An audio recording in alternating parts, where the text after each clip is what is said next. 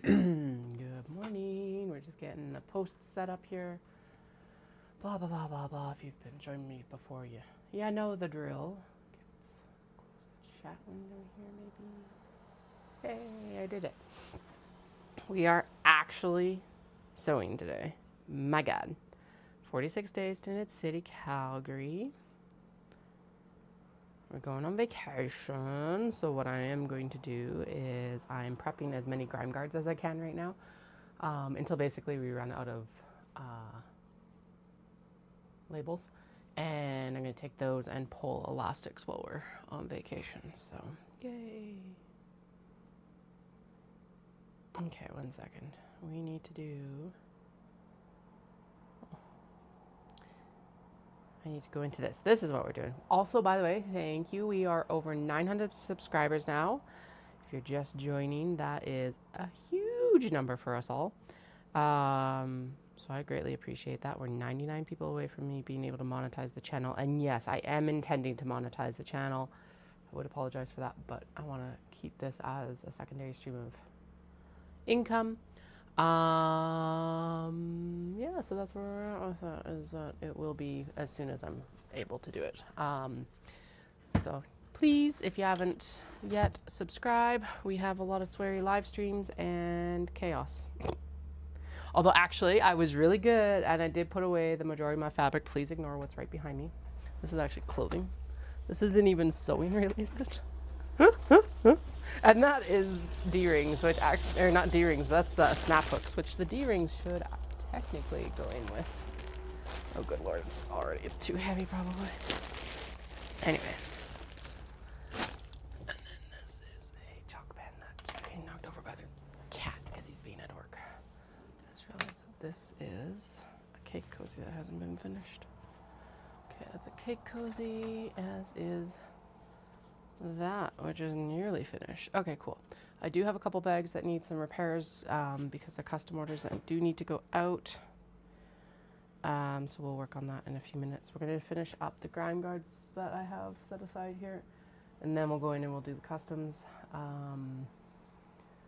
And then I want to take some photos out where we're going, and so I want a mini or an OB traveler sling hopefully for that. So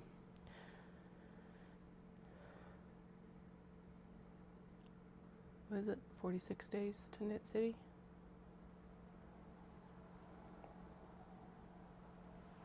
Yes.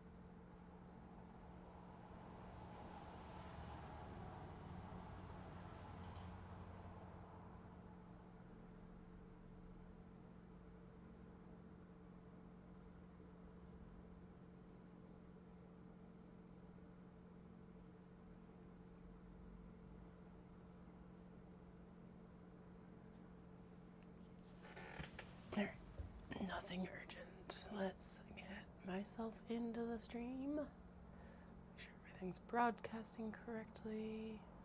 Boom. Oh, I am able to hear myself. That's not good.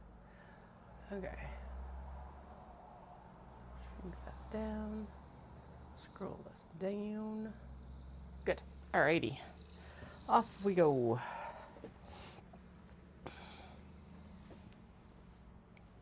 This one needs a tab.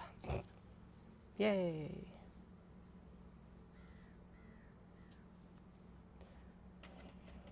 So we had been planning to go to Vernon, and then just between money and time, it just didn't make sense anymore. And now the Okanagan Valley is on fire. And I'm like, oh, now I feel... Even if we hadn't canceled, we would have been canceling now because they've declared a local state of emergency. Actually, I think it might be a provincial state of emergency. Although it doesn't affect our travel through it. But yeah, it was like... I'm just glad we actually canceled a few weeks ago anyway, because that does mean that they're able to free up the room for someone else who is more in need of it than us, that's for sure. But yeah, there's been a lot of evacuations along that corridor. This, like, between Summerland and Peachland right now. I hope everyone's safe. I hope everyone's animals are safe. I do know that a lot of people are having to just kind of, like, it's moving fast, so hopefully all the animals return home once this is over. So yeah,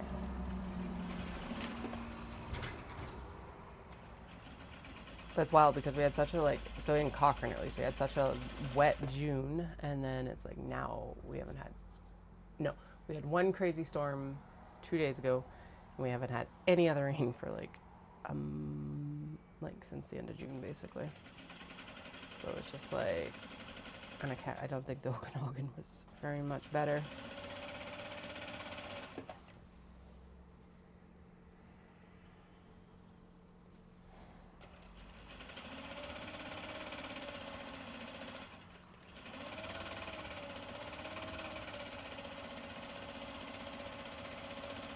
Anyway, what we're working on right now is grime guards. So they'll be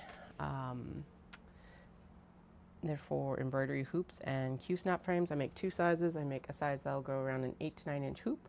And then I have a size that will go around I think it's an 8 by 11 frame, because in my brain, personally, I'm like, I wouldn't want to go much, like it would start to hurt my hands to go above that. And at that point, you're probably, like, most people would be using a frame. I have considered doing scroll frame covers, but I haven't wrapped my head around that yet. Maybe later this year. But that might be the next thing that's kind of added in for cross stitchers. I know I keep talking about like a cross stitching bag, but I don't know if that's going to happen. It's a lot of work. So it's a lot of hours in, which means it'd be a very expensive product. I'm just kind of and it's not my skill level either. It's not something that like necessarily I can get a lot faster at. That's the issue. So I'll figure it out. But for now, grime guards and potentially scroll frame covers. These ones being for the, as I mentioned, Q-snaps and hoops instead. But yeah, so I'm gonna finish up what I can. Like I said, we're gonna run out of the labels really soon. I do have more on order. I ordered them through a company on AliExpress.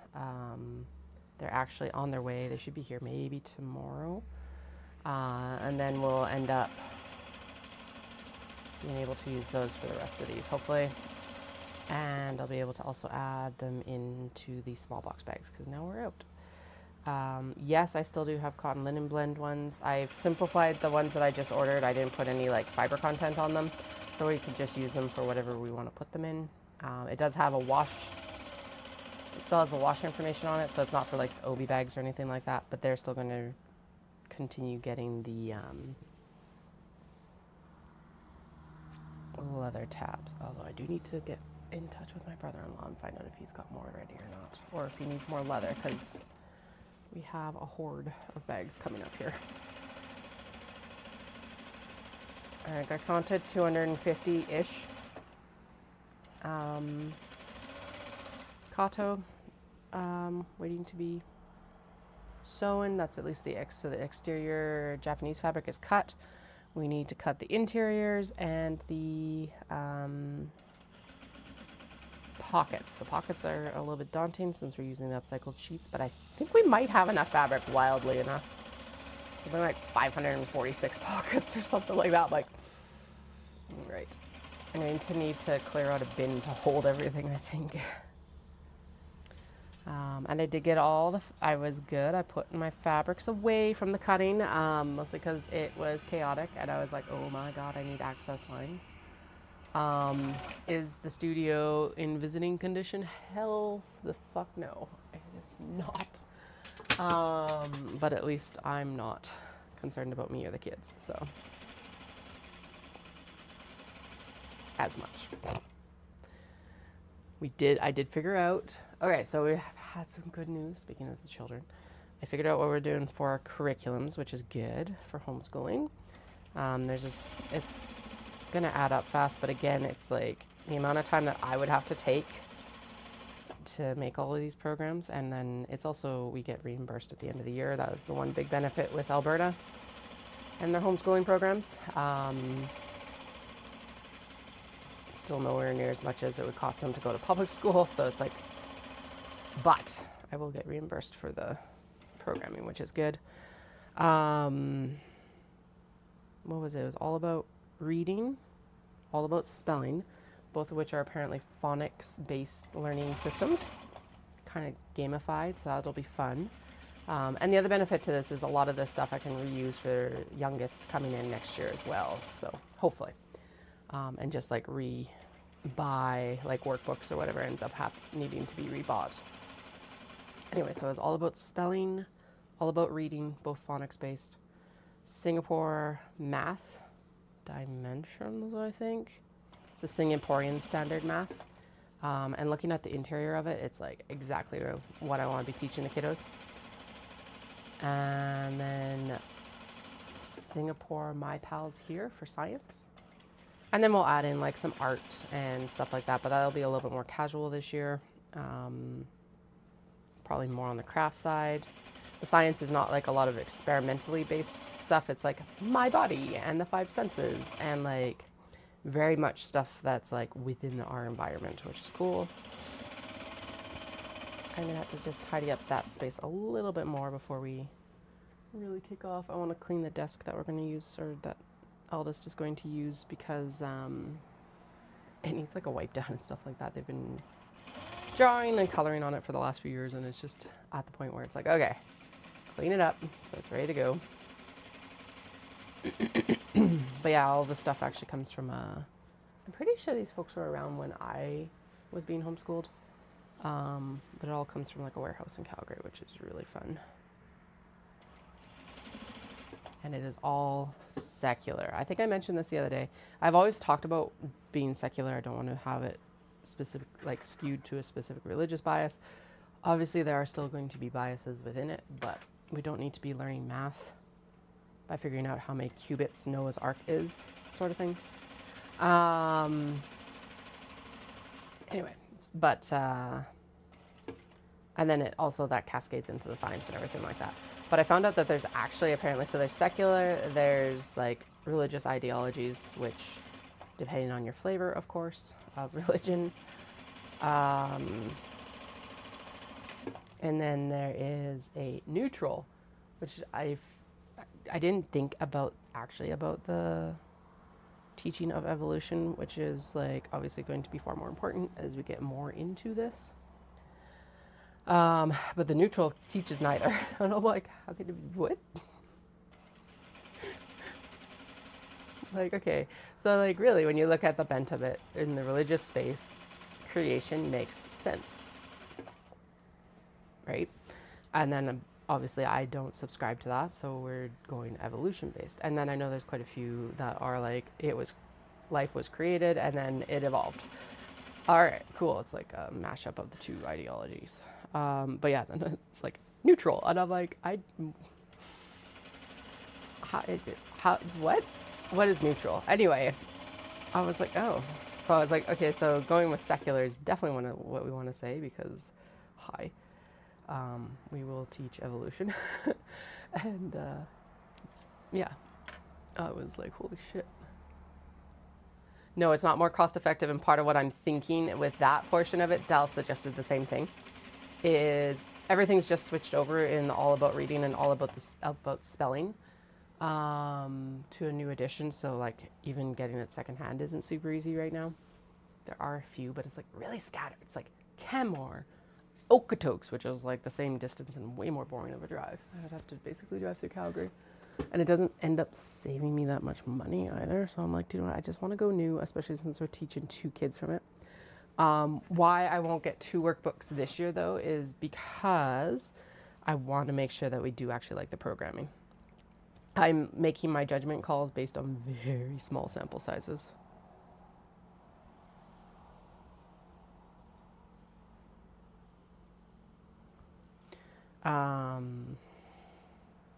So that's why we're like,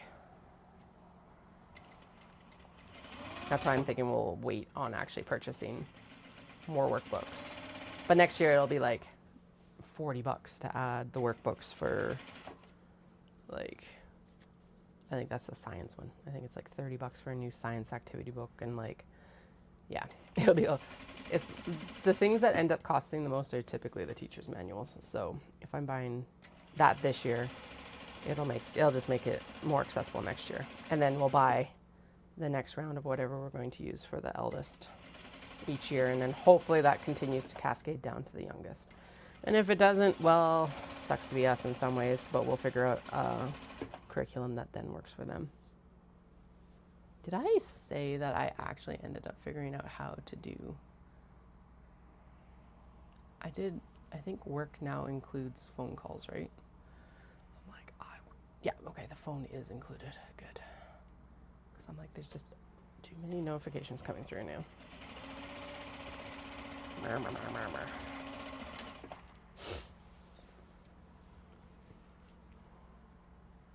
But yes, if I was confident in them both being able to do the same program, I would just buy the stuff. But since I'm not, and because they're both 2 little individuals, I'm like, I don't want to spend the extra money this year.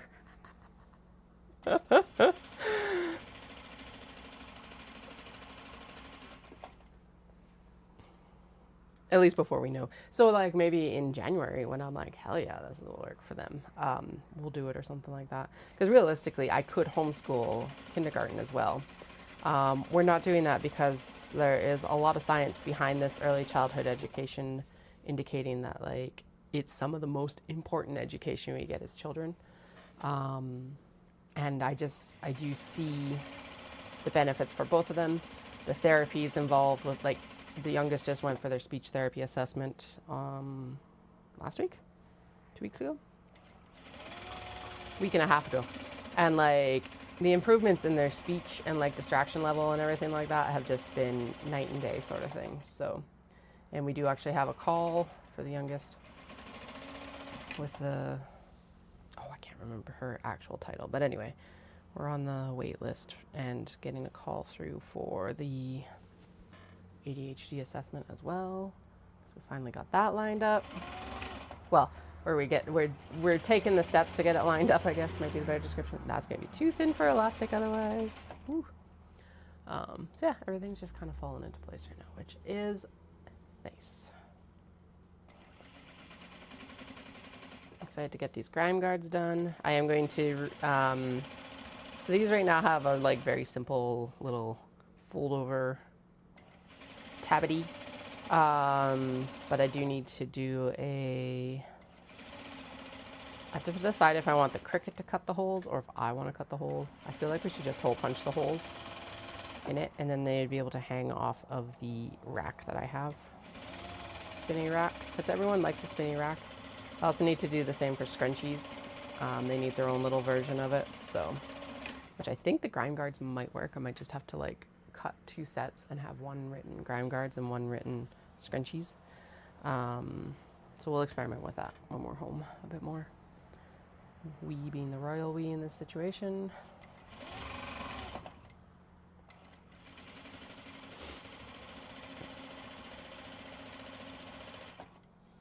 All right, we got 1, 2, 3, 4 more. 1, 2, 3. Hey, we can add 1 more. Let's add the capybara. There we go. Okay, there we go. It's a good thing I ordered those labels. Ah. Oh, and we have, so one of the things I've been thinking about adding for a couple of years now is water bottle holders. Water bottle holders. I don't know why, but that is such a good, I don't know, verbal stim, I guess, at this point for me. Water bottle holders. Anyway, it's just fun.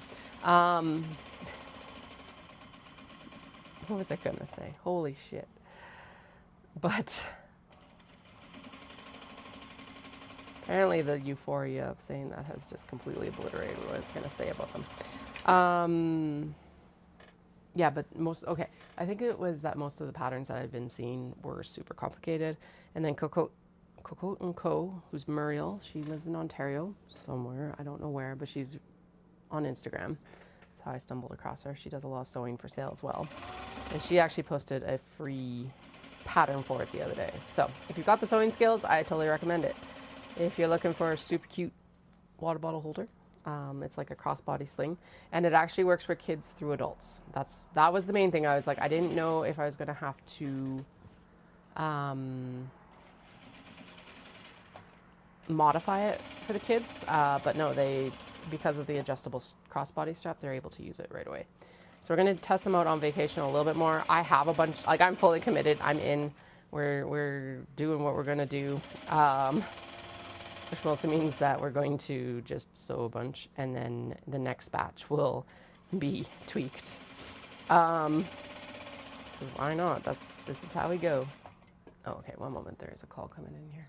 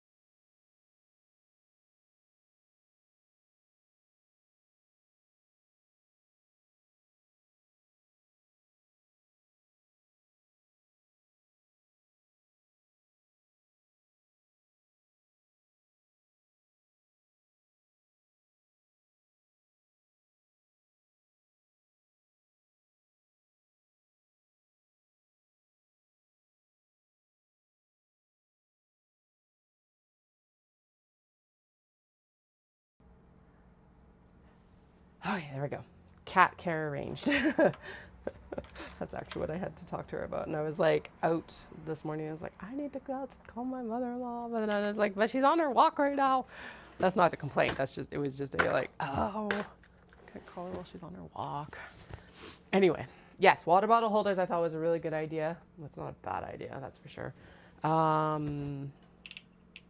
Okay, sorry, we're gonna pull the grime guards and I will finish stitching these. We've got what, 1, 2, 3, 4, 5, 6, 7, 8, 9, 10, 11, 12, 13, 14, 15, 16, 17, 18, 19.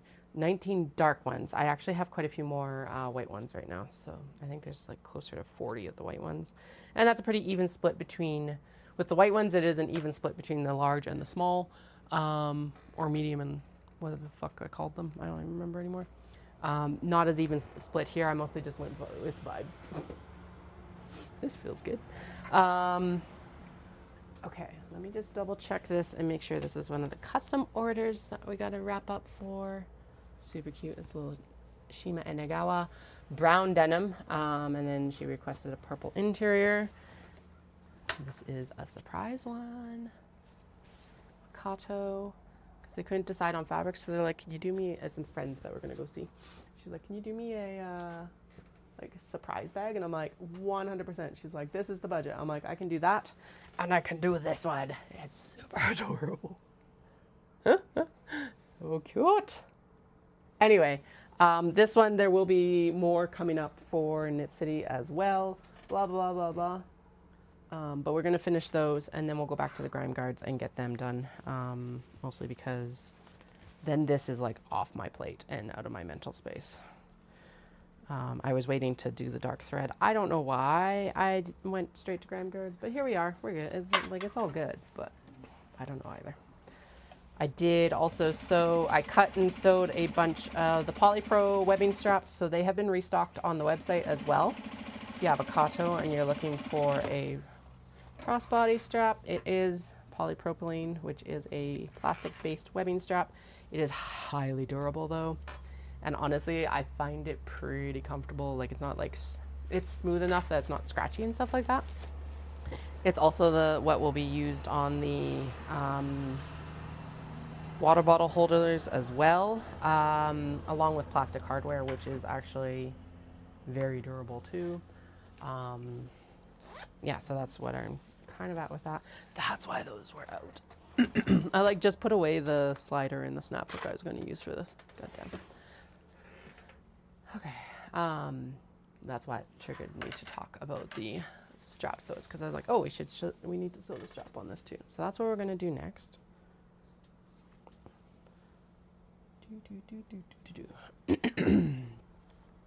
So the next steps for the Kato bags we need to do are we need to interface everything, and we need to cut the interiors. I was a good little business owner, small business owner. And I ordered interior fabric, probably against my better judgment, but you know, I don't think we're gonna run out, but there's a high likelihood we'll run out because it's just one of those things where it's like you're going and going and going and going and then suddenly it's all gone. I have a feeling we would have enough, we're gonna have enough for the Kato, but maybe not the small box bags or vice versa because the small box bags actually do take quite a bit less. I know which one I'll focus on. We are gonna focus on the Kato, but like, so I ordered, but anyway, I ordered more fabric because I was like, okay, restock it because like it's not gonna go bad, blah blah blah blah blah. And they called me and they're like, okay, we only have like 20 meters in stock. I had ordered 60, I think, or 50 because then I went up into the next wholesale bracket cost, which isn't insane, but it's like 50 cents per meter. So at that point, it's what, 50 times 60 is 30 bucks. It's not insignificant. It helps pay for part of the shipping charges basically. And they're like, but then he called me, he's like, okay, what would you like to do? And I'm like, well, we can hold the order until you have everything in. Because normally when they're like, oh my God, we don't have it in stock, do you want us to ship it now? It's like they're getting stock at the end of the week sort of thing. It's like, well, I can wait that long because I'm not out. Anyway, but he called me and he was like, hey, we've actually got like a deal with another supplier in the area and they can get it shipped out, but you need to like take it either in 40 or 60 meters. Which would you like to do? And I was like, okay, well, let's do the 60 meters because they're sending 20-meter bolts. Awesome. This needed to be custom so that she could have it.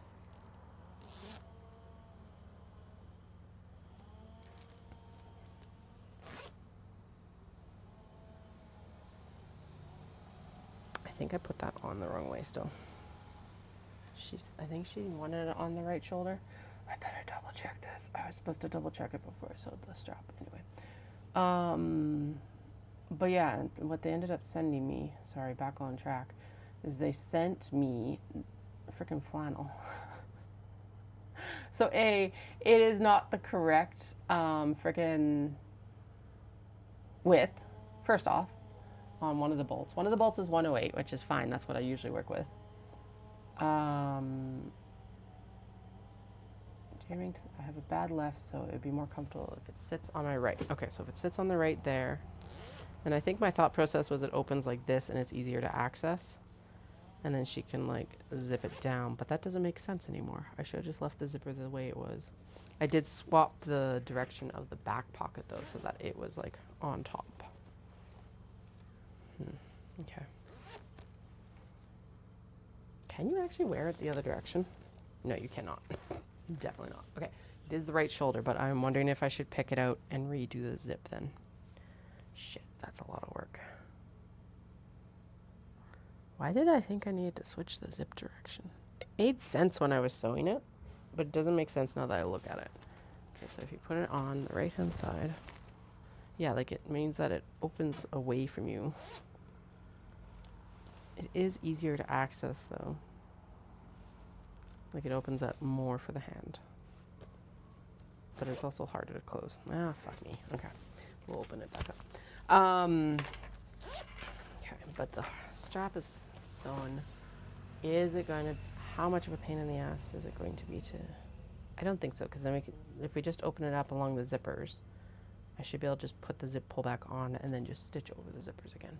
We'll do that. Yeah. Anyway, I am sorry. I'm all over the goddamn place. Chaos. We knew it was gonna be chaos. Anyway, the contacted the fabric company and they're supposed to be contacting me today about it. I'm like, I better not have to pay for shipment to send this back. Like, Jesus. And I better not have to pay for shipment for the new fabric coming because I'm like, this was not what I ordered. Very clearly not what I ordered. And all 3 bolts are wrong. I was already annoyed because I was like, well, these bolts are like, I have had wide back cotton come in bolts. That's fine. It's not a big deal. But the last time you shipped me this meterage, it was like 60 meters on a roll. So I don't know why I assumed that I was coming in 200-meter rolls anyway, but I was like, it's actually harder for me to store the bolts at this point than it is for me to work from the roll. Cranky pants. Akko's out here doing something in the back, and I do not know what it is, and we're hoping it's not people building right around our houses right now. I am not NIMBY, but I also haven't seen any development signs for this. I think what they're doing is they're just doing utility upgrades, which we do need. Okay, so that is the stitching for the thing, and then this is the stitching, I think, for here. Okay, that was the stitching around the pocket. We need to seam rip that stitching there. Okay, of course I back stitched over the zipper. That's the biggest problem with zippers in my bags, is that we put the like extra stitching in. And my eyeballs are unhappy today. Anyway, I'm hoping that they just are like, yes, please, we'll send you a shipping label. The problem is also packaging it back up, because I'm like, well, I opened up the plastic it was wrapped in. I am not an industrial fabric shipper, so I don't have the stuff to close the plastic back up. I'm like, this is a mess. I had heard some iffy stories about this supplier. I'm thinking that they probably got shafted by their buddy, but still annoying on my end because now I'm out the fabric And if it doesn't get resolved soon enough, then I'm like SOL completely on trying to mitigate the cost too. Or recoup the cost essentially. So, should have just waited. But he was so confident that it was like, this is just...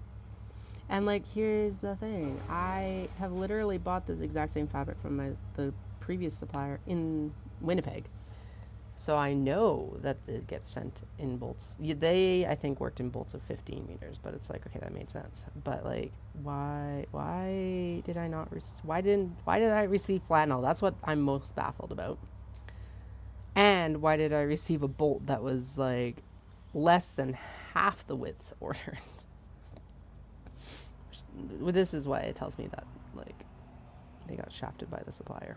Or they got it and didn't double check it because, of course, they're like, yeah, it's all good.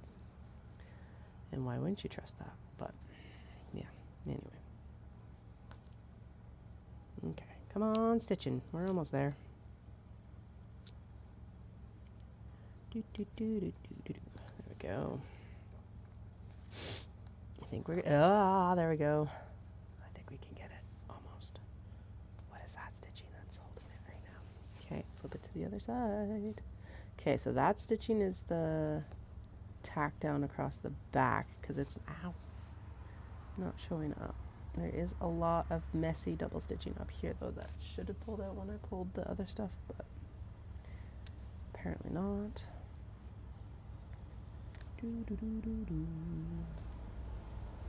Sorry that I'm ignoring chat right now, but let's get this picked out and then I can like put my glasses back on and read anything that's in there.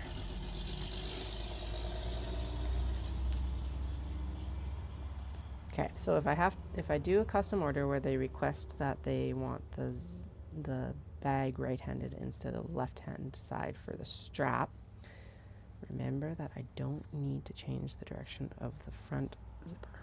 It can just stay the way it is. It's fine. There were so many mini traveler slings to photograph right now. There's not enough mini traveler slings to go to a show technically right now. They're kind of a little bit worried. But there's definitely, it's a lot to photograph. I was doing photos yesterday for about 2.5, 3 hours, and then I started hating life. And I'm just like, no. If I am not enjoying this, it doesn't work. Because the thing about it is now I am in all of these photos because the website sells the bags better if I show my face. Ha! We win. Now, I can't... Wait. If I pull it off the right direction...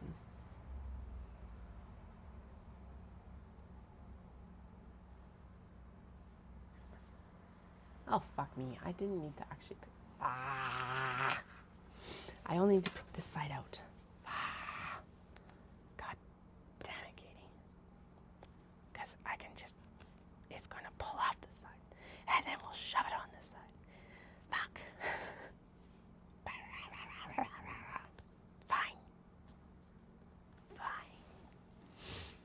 Anyway. That was also way too easy to pick. God damn it. Okay, I can... We're not missing out on the chat. We're good. I am also catching up on Dungeon Crawler Carl right now. I am like on book 4. So I thought I had such a... So, okay. Back this up. The first 2 books are out in paperback. I am not paying $50 for a hardcover book unless it's extremely special right now.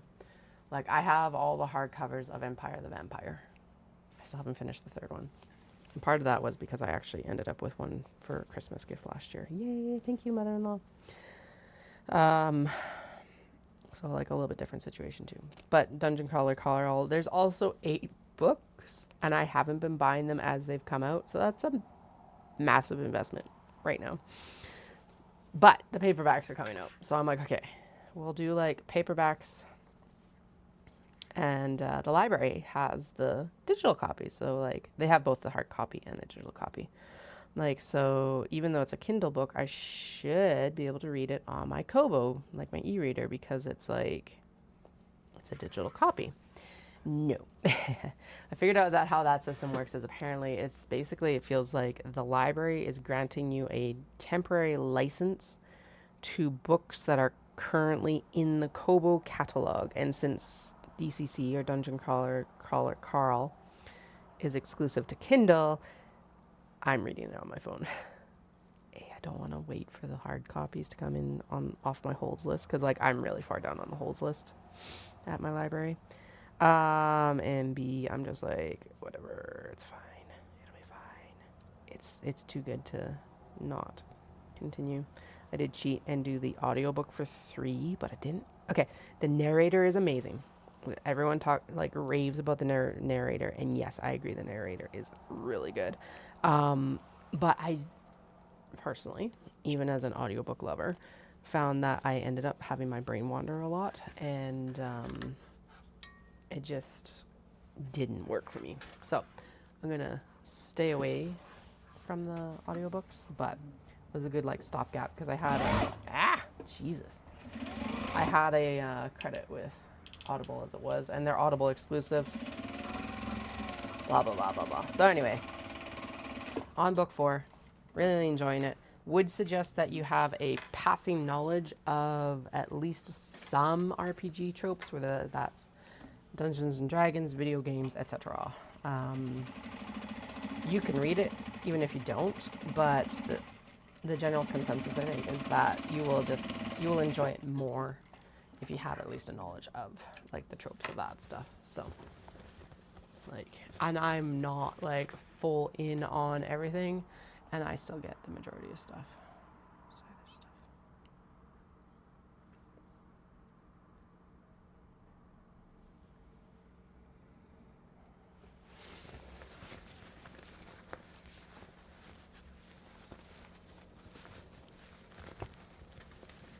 All right. Did that work? Fuck yes. Okay, let's check this before I do anything more. And we have to pick out this finishing seam again. Make sure everything kind of like got sewn down. Yeah, everything got caught. Excellent. Okay, so now when you put it on,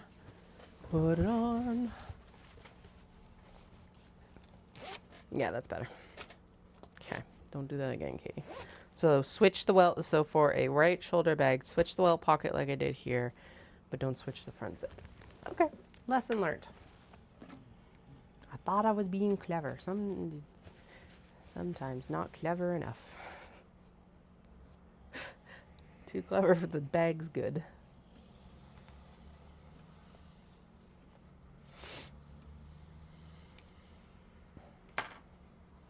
Okay. By the way, this shirt was a nightmare to iron and use. It's like all crinkly in between the florals. It's probably why it got donated, is because it's just like, it will always like perennially look messy. I'm just like, ugh. It's fine once it's actually in the bag because you won't notice it obviously as pockets, but I was like looking at it as I ironed it, and I was just like, ooh.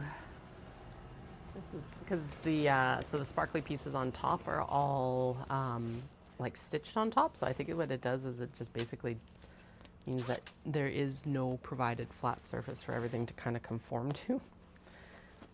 Which sounds weird, but it's true. All right, there. One custom order done. Half of the other done.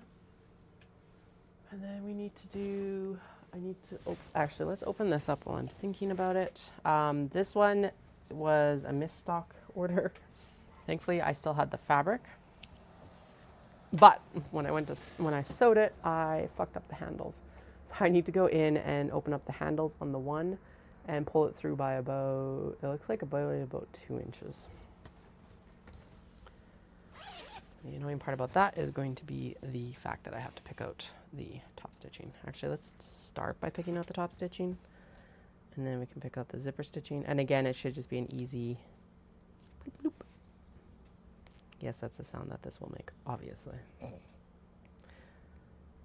I did also, by the way, upgrade the heat gun. The heat knife's blade was starting to get dull, and it's really hard to find fucking replacements for it. I do not understand why. I found some a few months ago, but the replacement cost for the tips was like $10. Not a big deal. That's, you know, whatever. That's cheap because the heat knife itself cost $20. But then I think they wanted like $20 in shipping because it was a Canadian. Okay, so here was the benefits. It was a Canadian company, but I'm like, the package is about this big.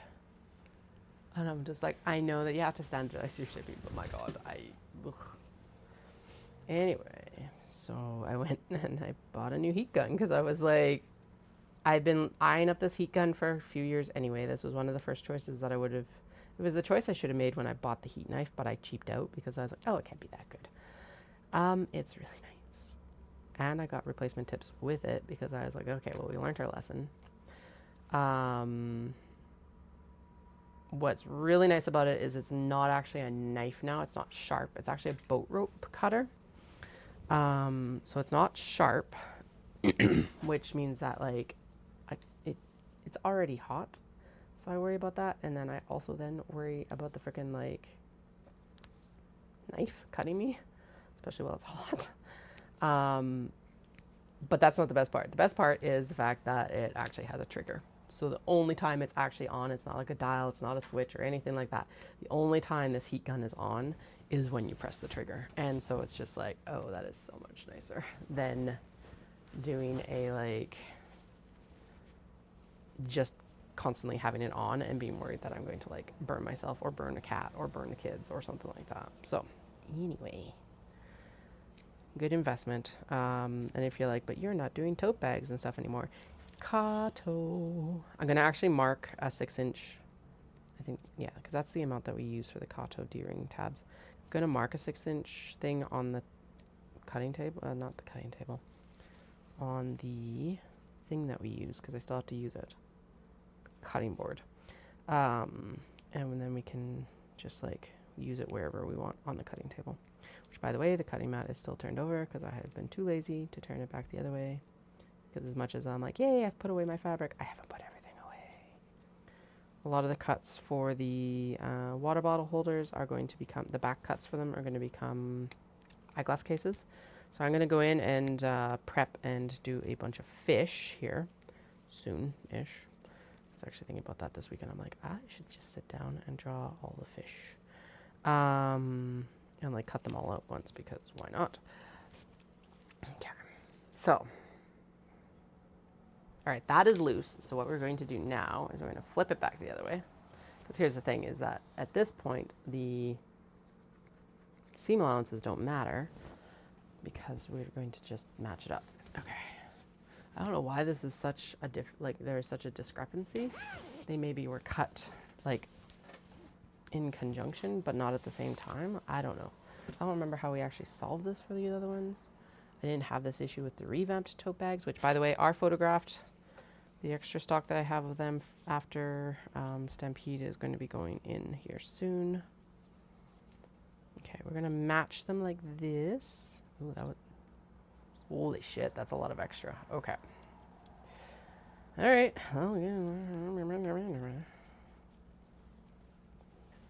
Okay, let's make sure that these two are actually... There we go. In you go. Jesus. I was like 2 inches. Oh, but it was folded over. So it's actually 4 or 10 centimeters-ish. Okay, that's better. I was like, I picked it up to like friggin' pack it the other day. And I was like, wait, that doesn't work. It's like way too long. Yes, I know. Okay. I don't even know. Yeah, that probably was not the smartest idea, but whatever. Okay, we're gonna, I don't know why I didn't do this before I opened the bag, but here we go. Pin the bag. Open the bag.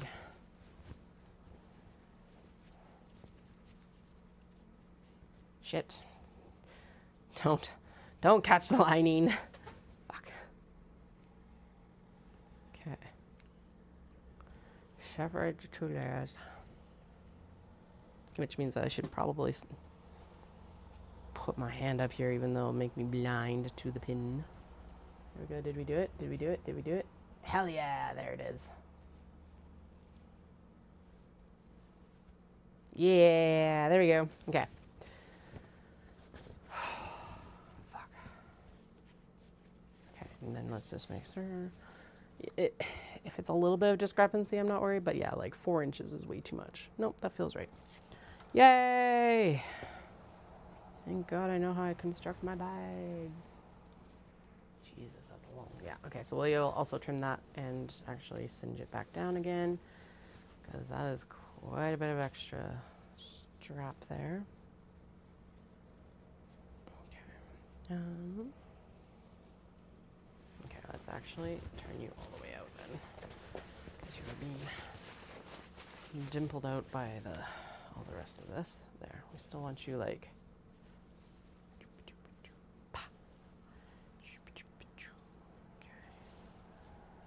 La la la la la la la la la la. Fuck. Okay, pull the pin. The pin is floating around on the side, so I gotta make sure to take it out. Oh my god, I can't believe how many pins I've left in the gyoza bags. I'm like showing up to shows and still pulling pins out. I'm like, holy fuck, Katie, how are you missing so many pins? So I will. Well, okay, I photographed the rest of the pins, so there shouldn't be an issue now, but I'm like, oh, Jesus. Dumb mistake.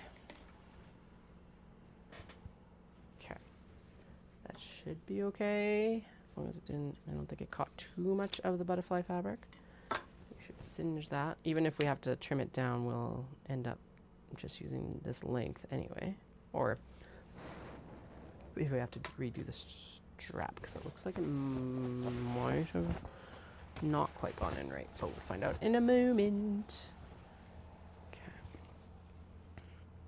I think we're okay. I think it's all okay. It's definitely better.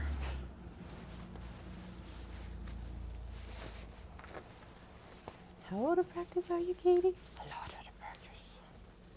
I think what ended up happening is I actually laid them out at the same time, which, like, it should be fine, but apparently I forgot that I used to, with these, when I was doing the zip ones specifically, I would go in and I would actually do the, nope, that's terrible. Jesus. I would go in, and when I did the second set of straps, I would line them up in height and, like, side to side. Yeah, I ended up catching the exterior fabric, so now it just looks like it's caught, and it just looks bad. God damn it. Okay, and we can't just survive this off of top stitching. Okay, back in we go. It's in the right spot at least, but it does need, A, needs to be straightened, and B, needs to, yeah. Straighten it and get the butterfly fabric out of there. Okay. Problem still being that I like stitched on this too many times. Oh no. How dare I try to make it sturdy. Ugh.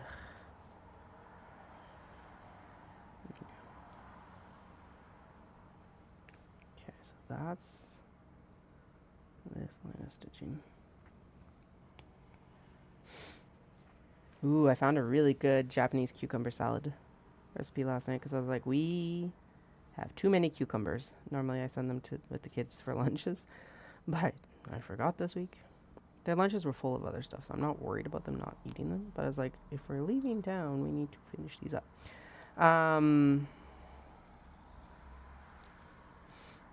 Anyway, it's based on a Sunomono recipe. I'll add it. It is by a white person, but it was one of the only ones where the dressing wasn't cooked, and it still tastes like Japan. Sure, I will. I don't know where I'll share that recipe, but I'll figure out where I put it.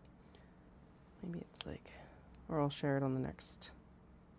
Should have thought of that and put it in the description when I was writing it up this morning, because why I wouldn't talk about it, I don't know. Oh my god.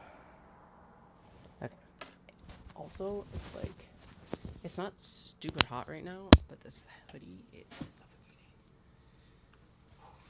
It's like a fall winter hoodie, I guess. It makes sense. I also have like jeans on, so that doesn't help because I don't have shorts right now. I don't know what I did. I'm like, I had like 2 pairs of shorts. Now, yes, I've lost weight, so they didn't fit very well, but I was like, well, why didn't I keep them around and use a goddamn belt? So annoyed with myself. I'm like, did I? And here's the thing. I'm like, I don't remember donating both pairs. So like, and then I also don't know where my capris are. I'm like, what did you do to your wardrobe last year, Katie? Super annoyed with myself. In part because it's like, so both shorts were from Old Navy. Yes, I know there's issues with Old Navy, but they had stuff that fit, especially my postpartum body. And with rapid weight changes as well, it's like, ugh, you just need clothes sometimes. And sometimes thrifting is not a viable option. As much as I would prefer to be doing that. But anyway, the first pair I got was like actually denim jeans. And then the second pair I got ended up being like stretch denim. They were nowhere near as nice. I'm like, damn it. I'm pretty sure I did donate the pair that was like, the first pair that was way too big for me.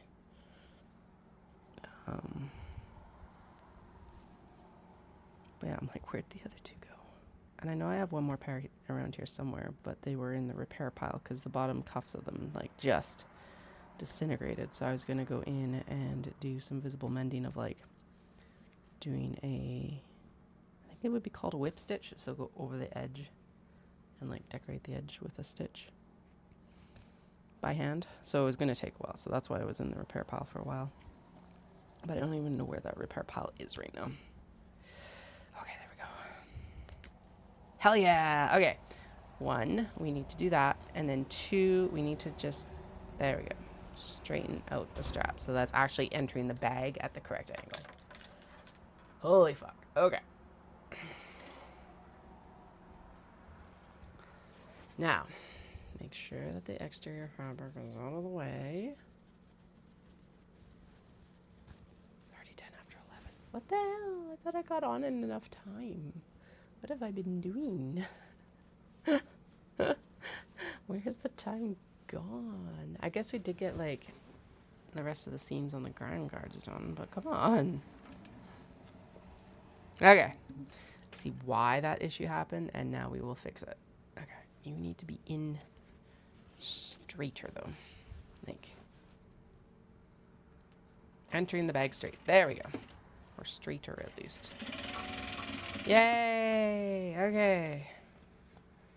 Now we're going to just run it over a little bit this side, and then the top stitching in this case will actually help hold it in place. Like finish it a bit better. Is that better? Yes. Okay, the butterflies at least aren't caught. It is entering the bag straight.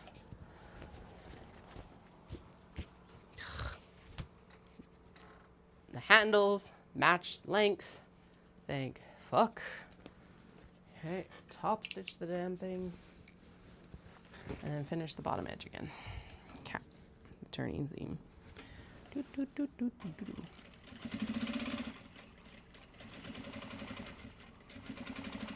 Yay. Done. Fixed. And no one will ever know.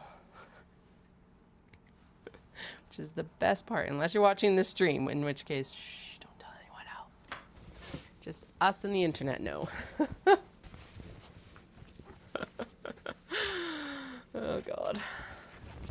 Just us and the internet. Okay, I know normally I do this in white, but we're gonna do it in black because that's what I've got in the machine right now. Because I still need it in the machine to finish the Grime guards and the stitching on the other kato. Choop. Do do do do do do.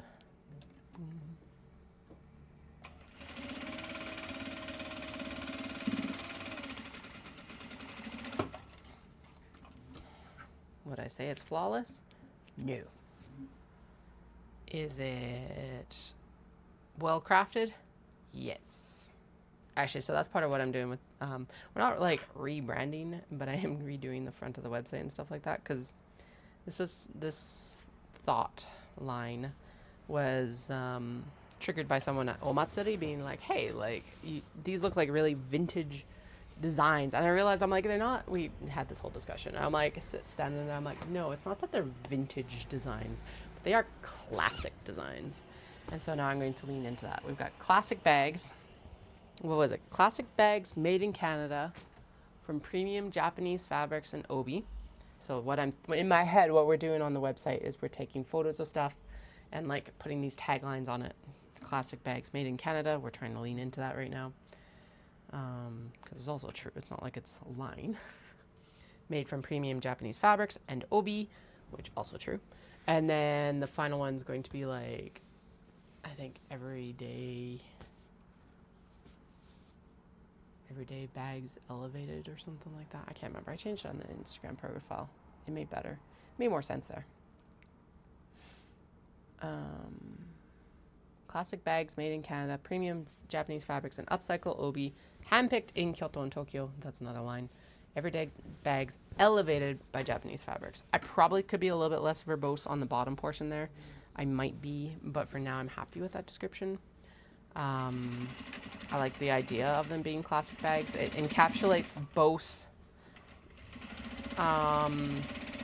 the knitting portion and the everyday bag as well. Because here's the thing, all my bags have always been bags that you can use for anything you can think of, right?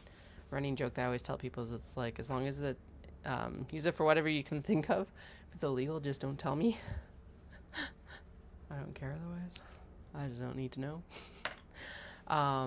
So stuff like that. Anyway. God, this fabric is so good. Love it. I hope my friend likes it too.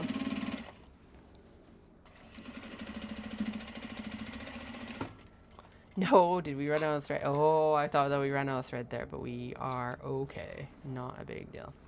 All right, so all of this needs is a drawstring now. Yay! Which we also need to order more of. Because I'm like, I've got over 200 bags to do, and I have not 200 bags worth of cord. Yay! I think we have enough like leather sides at least, but I was just like, wait, if it's like, so it's 100-meter rolls, which mean, and each of them takes about 2 yards, which I know is not a true conversion to meters, but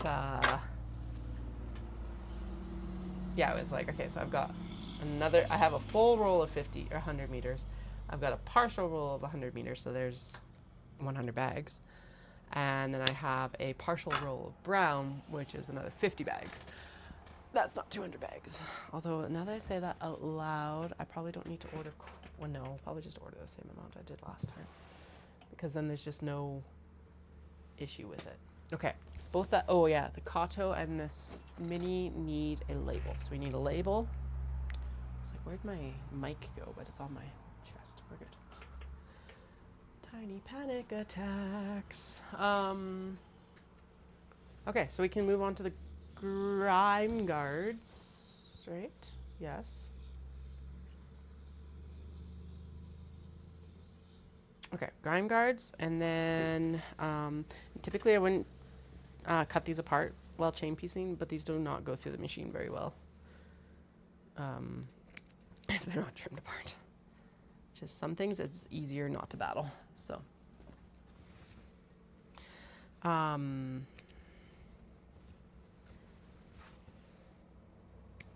yeah, so we'll do this and then head into getting a traveler sling made. I'll take out and photograph out there, and then we could work, I do want to go upstairs and work on actually getting the rest of the photos of the products done. So I'm thinking I'm going to cut off around 2, simply because that will give me the time to actually do the rest of the photos, since I'm over halfway. And I did the majority of the work and a lot of the a lot of the untagging and reclasping clasps and all of that yesterday. And I had to take some boring product photos. I consider them boring. I understand the, no, I don't really, never mind. I'm not gonna say I understand the motive behind this one, but I had to take some photos of like beauty shots basically of product for art market, and I had sent them some back in June, but they wanted me out of the photos. So I'm like, okay. They're like, we only like having people in when it's actually clothing, and I'm like, it's very obvious that that's not what I'm selling, but all right. So, but like that put a hitch in the plans because that bag sold right after that. Anyway, I went in and I did the I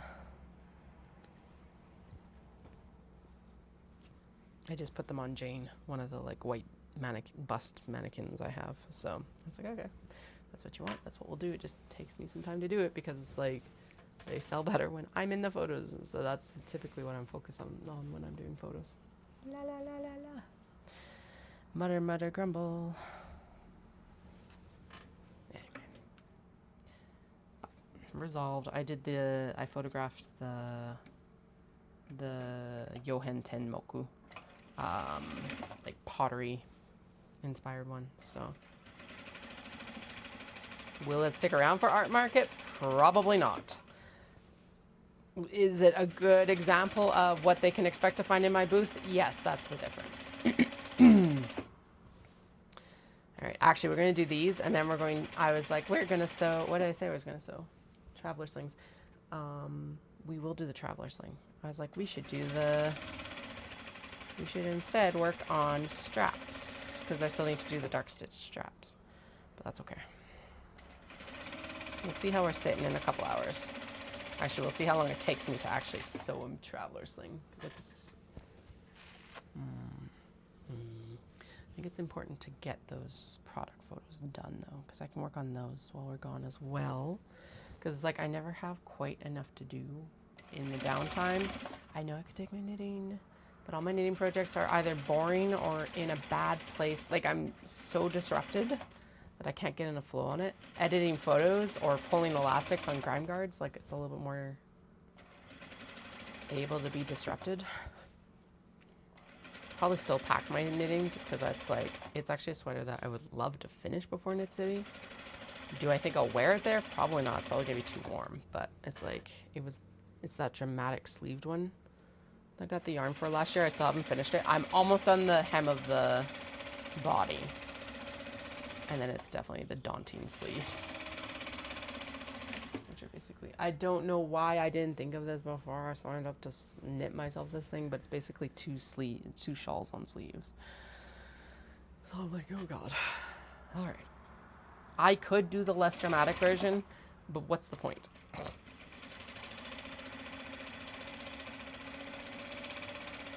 At least, and then I also didn't realize before I signed myself up for this, that's basically a modified feather and fan pattern.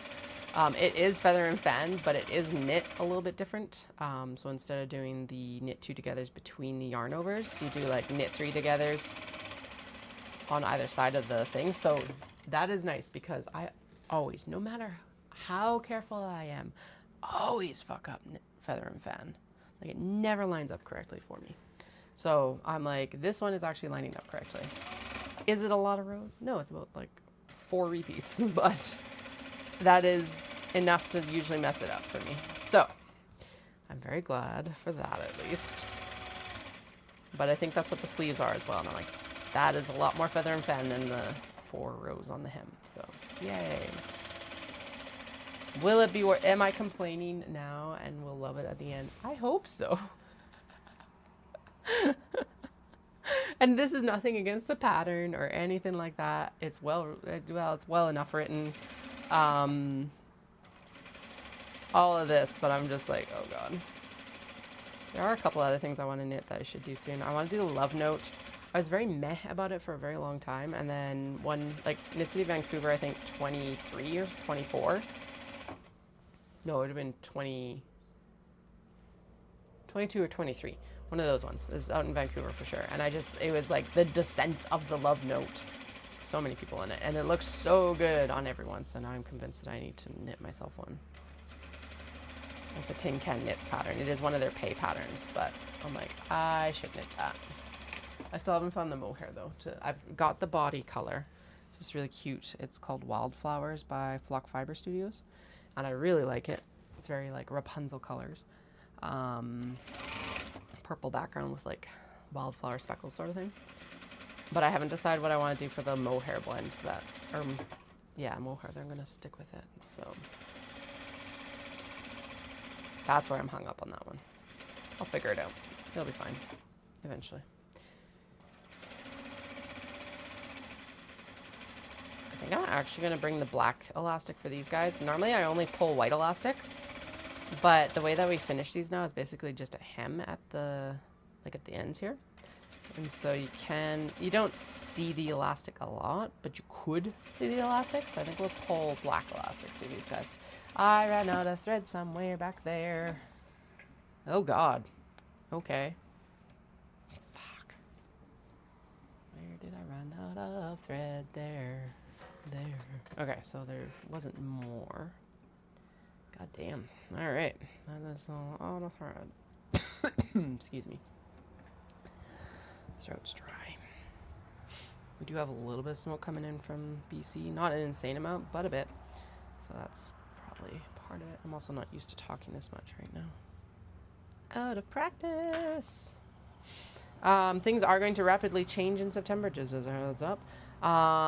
With the child homeschooling, I will not be on stream as much. Not that I have been on as much this summer. I am sorry for that.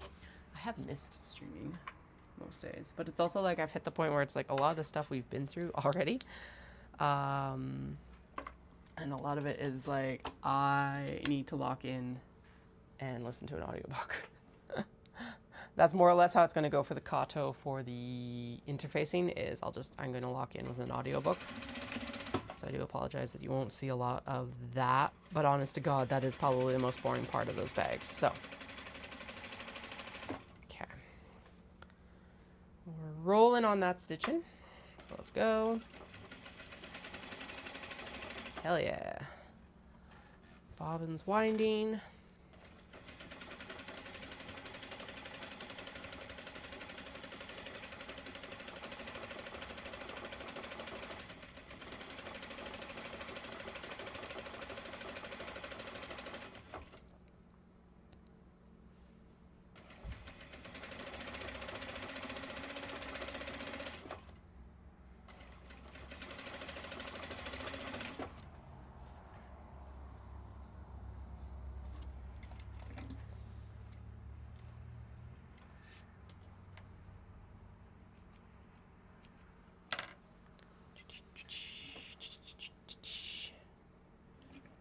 Scrounged up. For some reason, Costco keeps having and then not having pizza pops, and pizza pops are one of the kids' like favorite microwave foods.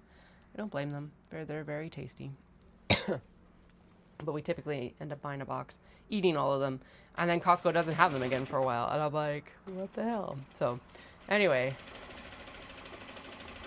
I scrounged up like 3 packages of pizza pops the other day. I did so. All right, back this up a little bit. The eldest, for some reason, keeps getting a stomach ache towards the end of camp. Like almost every week they have been home because they vomited. Last week they vomited on Wednesday, and then on Friday they threw up twice. And I'm like, what the hell? Like, so keep them home, right? And they're fine. Friday I was a little bit worried because it's like, it was 2 times, and then they were like a little bit like lower energy when I did actually pick them up. And the youngest was like, I'm gonna come too. And I'm like, okay. So they both actually came home early on Friday, which sucked because their friend was, one of our friends, or Dallas's friends' kids was actually there for the week. And I was like, don't you want to stay with them? And the youngest was like, no, I want to come home. I'm like, okay, you didn't really want to go to camp today, so I'm not surprised.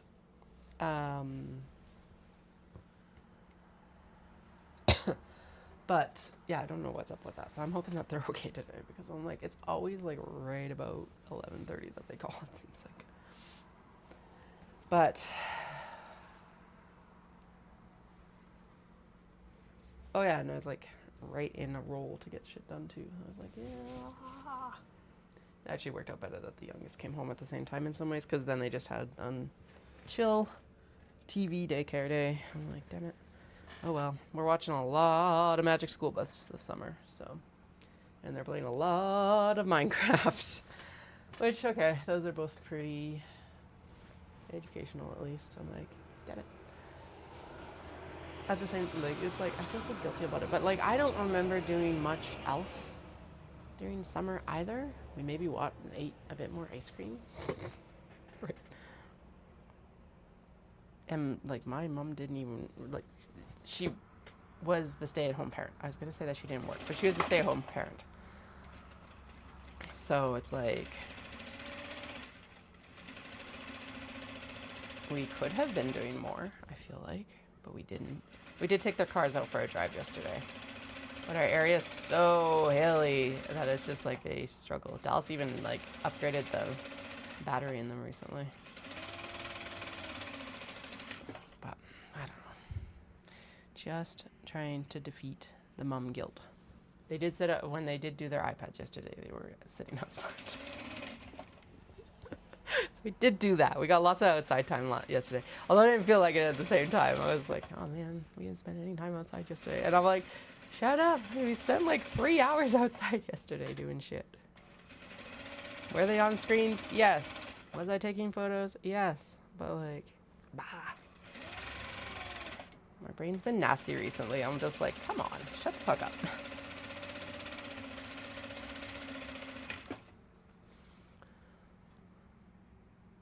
Magic School Bus, honestly, so they redid it recently. They did a blah, blah, blah, blah, blah. There's a new animated version on Netflix. There's actually quite a bit of controversy over it a few years ago. And I was a little bit on the controversy side. However, I was realizing that it's been exactly decades, literal decades, since I've seen Magic School Bus. Probably 25 to 30 years. 37? I'm 37 now. So yeah, probably 30. Maybe 28. Somewhere in there. And I'm like, there's been a lot of advancements in science since then. So like they're actually going to be able, hopefully they're updating the like actual information as well. And someone popped into the homeschool group because they were all like, they're all doing all these like amazing homeschool things. And I'm like, yeah, we're watching a lot of Magic School Bus right now. And they're like, yeah, but that's like the full science curriculum from like kindergarten to grade 4 or something like that. So I'm like, okay, now I don't feel so bad. We're also watching old school Zaboomafoo, which I really enjoy because it's like actual mechanical puppets and claymation and the Krat Brothers and all of this. They also have a new series called Wild Krats, which is animated Krat Brothers. It's really good too. But I also just like Zaboomafoo, so. God, I'm dating myself, but oh well. We did try reading Rainbow with LeVar Burton the other day. The youngest was not into that. And I'm like, all right, boo. I should try the new one with, oh, it's the Librarian of the States, Mikal something. Is he still hosting it? Because I know they rebooted that as well. But I was like, at least I can access the LeVar Burton one on YouTube. It's easy. Yeah, see, we watched a lot of TV as kids. I remember reading a lot as a kid too, but like when you can't read, it's oral and visual storytelling, so. I think the youngest, once they're out of kindergarten, will be reading. The eldest is right on the cusp. It's super exciting. We do need to do some more phonics work before we get there, but I think that's going to be like the clutch this year of like actually getting them to read. So I am excited about that.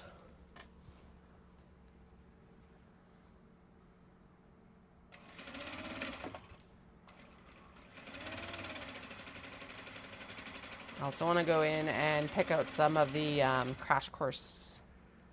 I wonder if they've got the like elementary grades now, because I think most of the crash course was like AP history and stuff like that. Obviously US programming, but it's like for stuff like biology, perfect. But I don't know if they have elementary stuff or not. I'm gonna have to take a look. Or if it's behind, I think the point of that one was always to keep it free, because I was about to say I don't know if that's behind a paywall. I know that the Green Brothers did start something that is behind the paywall, but it might be worth trying to access with like homeschool funds this year. I don't know.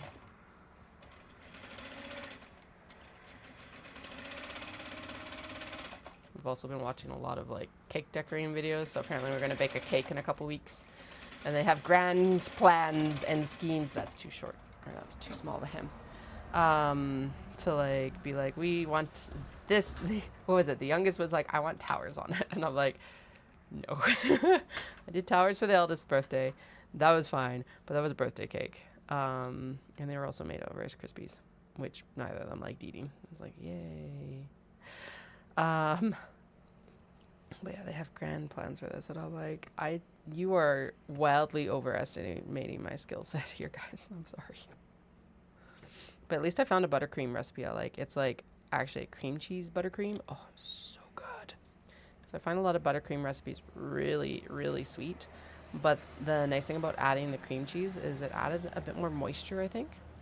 But it also made it thicker, and the benefit of having it in there is it was like added a tang that then was counteracted by the amount of sugar in buttercream, because buttercream is naturally just, it's butter and sugar essentially, right? And like what, a touch of milk usually. And I don't think this one had the milk. I think the cream cheese kind of took the place of the milk as well. Anyway, it's really good. I actually printed it out because it was so tasty. So I'll figure out. I think we'll do that one again because I was able to actually pipe it really nicely as well. And then we had the eldest wanted a strawberry flavored cake, and actually I found a really good strawberry cake recipe. Usually I'm pretty skeptical of them, but it turned out really good. You like pureed strawberries and then put them in the cake. Oh, delicious. But I think for this one with the kids, we'll just go with the box mix, because honestly, if you like there's lots of tips and tricks on how to improve your box mix. If you follow some of those, it's just like amazing. So maybe we'll go to Bulk Barn and pick up I like vanilla cake. So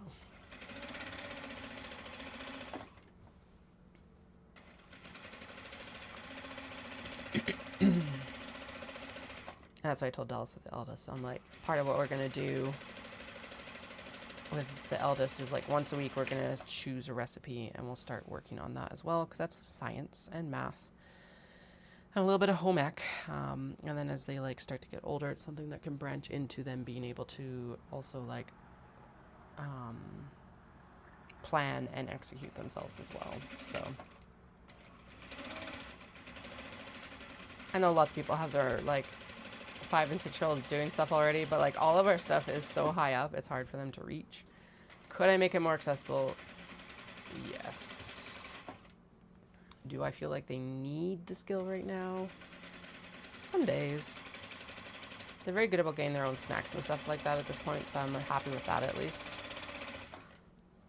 Except the youngest keeps going for stuff that's like, I want blueberries. That's like, I literally am keeping the last 2 dozen blueberries. There was more than that. 4 dozen? No, not even. I don't know. This is the last like portion of the pack. I'm like, those are for lunch on Monday for camp. Because I'm not buying groceries right now. Like, I'm even almost out of milk for my coffee, so. No, leave the blueberries alone.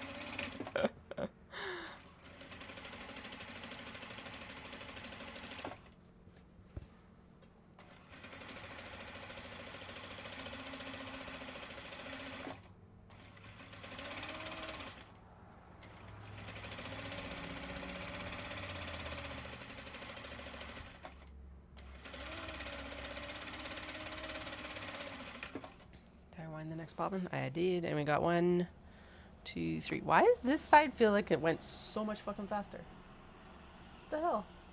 No, I could also sew the other ones on the half, but it's like I've been doing these very specifically where well, if I did that, then they'd be half done before, and then because realistically labels should be here tomorrow. What are we going to do?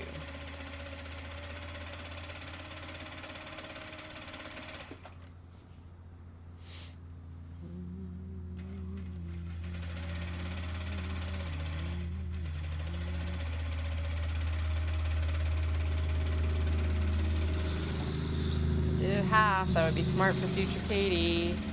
Or I could take the time and do all of the straps instead. I think we're down to less straps than the white stitch straps from the other day. There was quite a few that were like white thread that needed to be stitched. Is that going to be wide enough? Maybe. I will go a bit. I think we'll be okay. It'll be tight, but we'll be okay.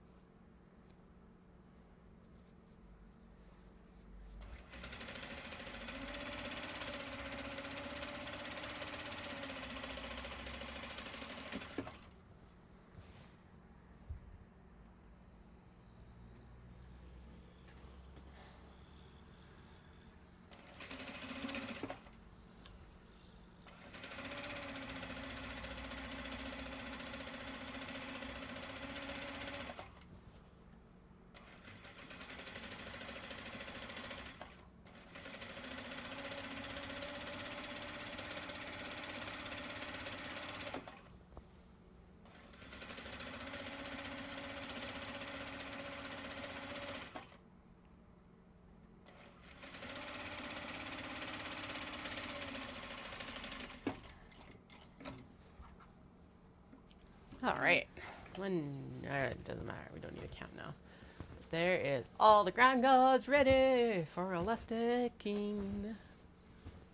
Okay, I'm going to snag or pull these all up and put them on the cutting table because that's where the white ones are. I'm going to snag the black elastic while I'm thinking about it. And there's another partial roll of black. Really need to figure out who the wholesale contacts for the leather are, because it's like they're selling to me at a certain price. What price are they getting it at, and who the hell are the contacts? Because I'm pretty sure, yeah, the ones that I'm buying from, they have their brand. Like, oh god, my body was not happy about that. Am I surprised? No. Am I annoyed? Yes. I like dropped off on my weight training this week because the youngest brought home some sort of crud that like I would say I'm over now, but like last week, if you were watching any of those streams, it was like brutal for everyone involved. Okay, we have 1, 2, 3. 1, 2, 3, 4, 5, 6, 7, 8. Oh, I didn't do one of the other strawberries. Damn it. 9. I have like both of these ones, and I thought I had it in it to do it, but apparently not. Anyway, 9 and 1 to repair. There's actually 1 more upstairs to repair as well. It didn't get serged quite right somewhere. Yeah, it didn't get serged at all on this end, so I was like, yeah, we're not going to do that. So I'll get that upstairs. What, like 10, 11 with the one upstairs? That's actually not that bad. We are not doing hems. So let's take a look at what we have cut for traveler slings, maybe. I was like, oh, it's my haori. No, it was the kimono. The kimono kader. Because I was like, I kept the haori, which is the over jacket of this one. Oh, my brains. Okay, actually, this is a bucket of... You're like, what the fuck did you just pull out? It's a bucket of belt bags I haven't finished yet. Yay! Okay, and this is an Amelia crossbody pouch that needs to be finished as well. The other ones turned out really good, so we are going to finish that. I'm going to stack it in there. The flap is somewhere over there. We'll figure it out. I can go in the scrippity scraps. Okay, so it was not actually in that bin. That was just belt bags, and it was pretending to, actually, I think there is 1 traveler sling in there. This is our lovely stack of Kato drawstrings. There's over 200 here. ready to go. So that is what we're going to focus in on getting prepped and finished next week is going to be, next week is going to be all of the goddamn frickin' Kato and small box bags. Okay, we have the iridescent like beetle shell, and that is a black thread one, so that is a massive recommendation for right now. We have the metal 100% metal thread and silk one, which I think is the one we should actually finish. It's gonna be a pain in the ass to do the zipper on this one. It's okay. We'll deal with it. And this one's going to be even worse. Oh, God. The embroidery on this is so thick. Like, is the interfacing even... No, the interfacing is barely attached. Shit. Okay, so what I should probably do is go in and trim that down. So probably not the one for today. Or we could do the one with the peonies and the sakura. Or we could do the gradient one. Or we've got the very bright bamboo. Or finally, we have this guy. Do you have your base, or is that the base that I pulled earlier? That's totally your base right here, isn't it? Okay. And yeah, okay. And if there's a base in there, that's fine. Well, whatever. What is under here? While we have this area cleared, what do I have under here that we may or may not need? Holy fuck. Okay. We have stuff that needs to be finished on the cylinder arm, which I did receive all of the pieces the other day, so that's good at least. There is belt bag denim. There's leather. Leather can just go over there for now because it's later. Pinking shears, which I really, really need right now. I accidentally overstocked on the twill tape for the small box bags because I did not know where the black was. And then lo and behold, I found the black like 12 hours later, but it already shipped, so oh well. There are a bunch of the previous wedge bags to finish. All right. You can get out of here for now because we're not going to finish you right now. There are some polypro straps that are like the shorter tote straps. Canvas. Random zipper. Lovely. Okay. I'm going to pop those up here. And then a bunch of leather. Awesome. All right. Is it making a bigger mess behind me? 100%. Is it better where our actual operational space is? If you argue that the space behind me is operational space, no. If you argue that the operational space is the tiny calyx beside me, yes, it is better. Shh. Details. I fucked this one up again. So there is also a pile of minis down there that we could sew, or at least work on, which is, oh, there the fuck it is. Okay. There's the tab for that other traveler sling. That is actually the piece we want for it. Those are zipper tab cuts. Okay. Failed experiment. I do not want to put those into production. Roller. Piece of polypro for Kato. What time is it? 11:45. Okay. And then a bunch of dust. Just dust.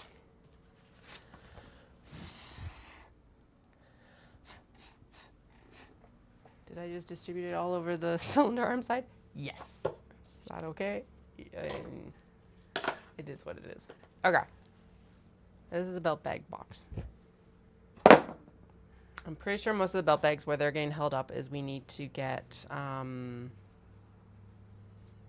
what do I need to cut for them? I need to cut like the interiors or something like that. I'm going to put squares of fabric into that box because then they're contained.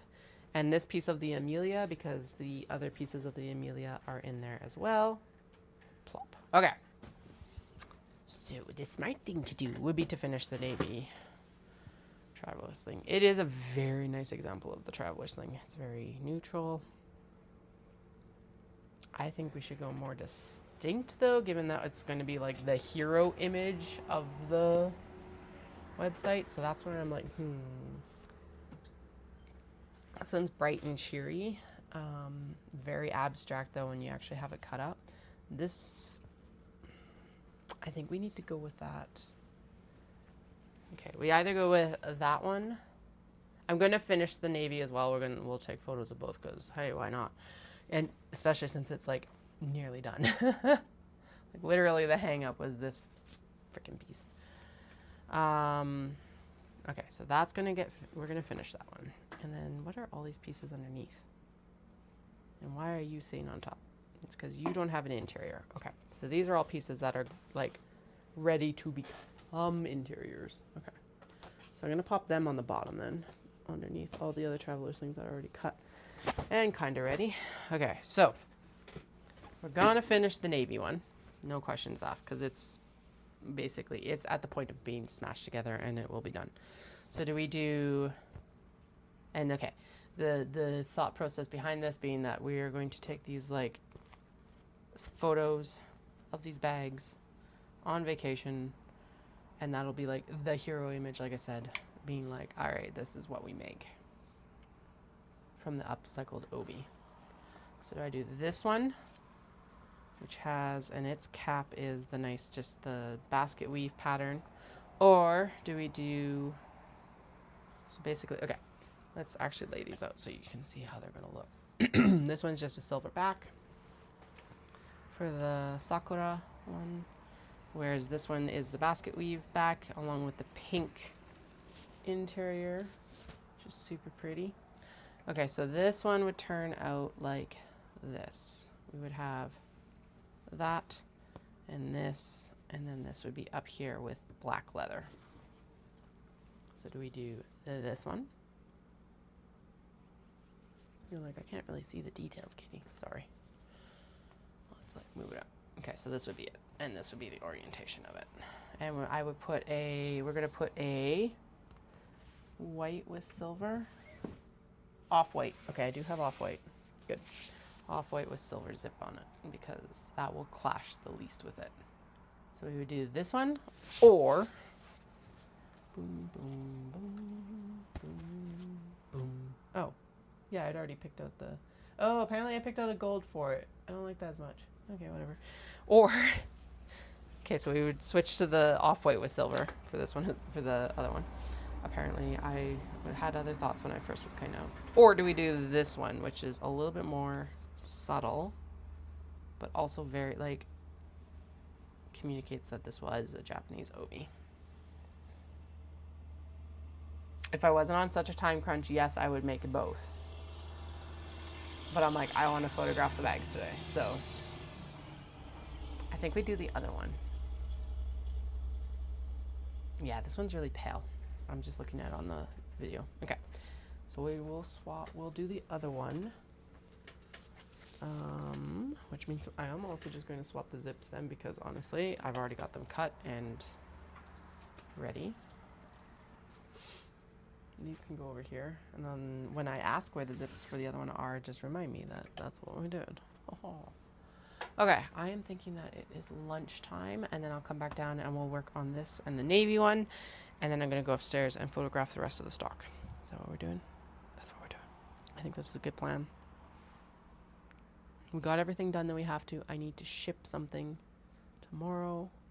Those two things need their labels. Yeah, we're sitting pretty good. All right, I'll be back in about 15-20 minutes, so just after noon my time, and we will continue upon the sewing. We will start by sewing the navy one, wherever the hell it went, because I do have the black thread in, and then if there's any issues with any of this thread color popping through, we're good. So yeah, and we're almost done.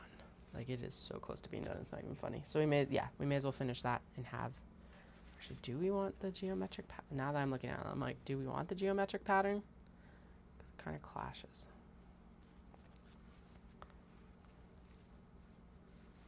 Or do we want the, like, iridescent wing? No, we want the geometric pattern.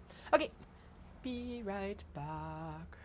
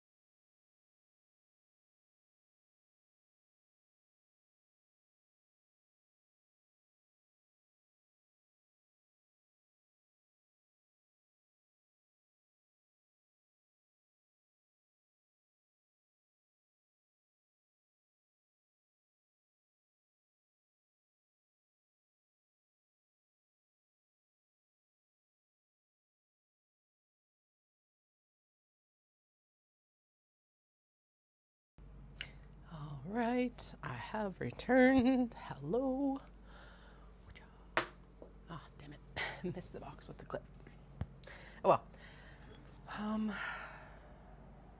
Okay, one of the things we need is we do need a couple pieces of interfaced stuff, because these both need a line of interfacing. Flynn's up there judging me. As per usual, judgy boy. I don't know how large we need these to be. Let's check. Cat care and plant care are organized. So it's good. Okay, what do we need?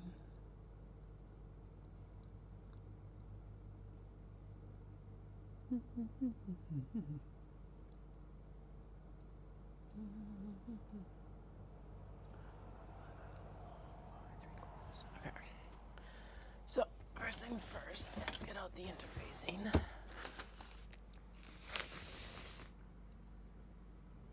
Ultra hold? Yeah, I don't need to sew through it. Get the mini press here.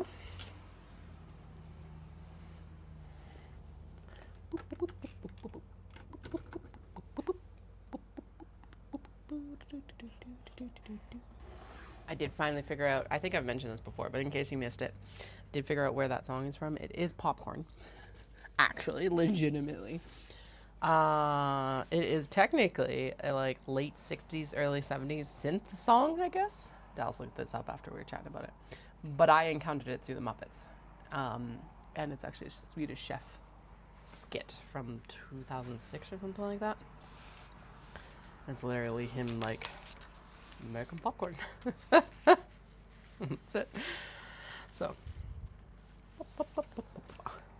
and if you actually think about it, it's yes, that is definitely on brand for Swedish Chef. Kind of I'm do I need to do the full thing? Oh, there's a piece there. Yeah, we'll do these guys because honestly, whatever. It's kind of do I do them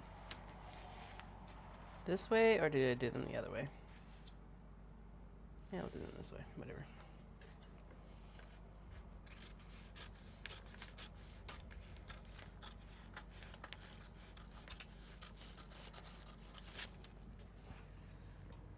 Is this the most awkward way to cut this? 100%!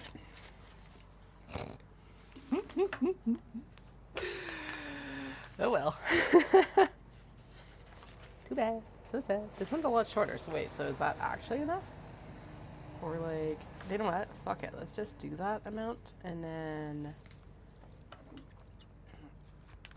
I can always interface the upper portion for stuff later.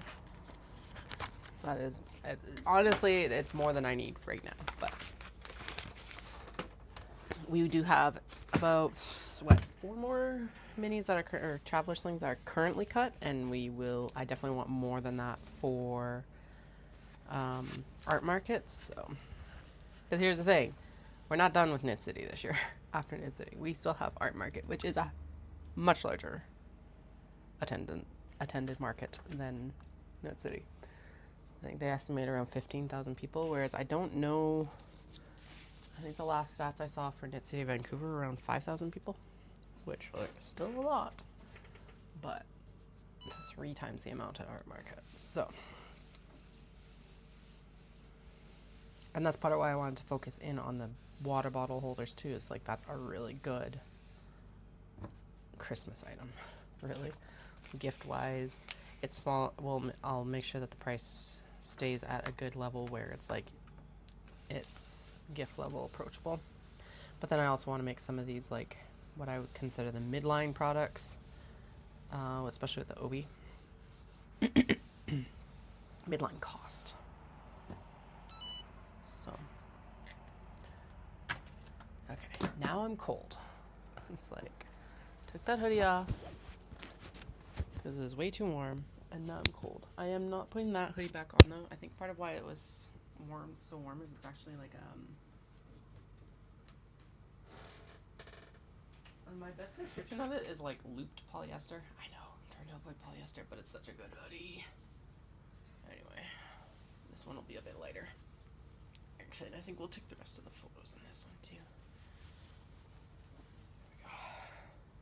A little bit more casual photos for today, which is nice. Okay, you know what? We're just gonna put you on the pocket for now. Okay.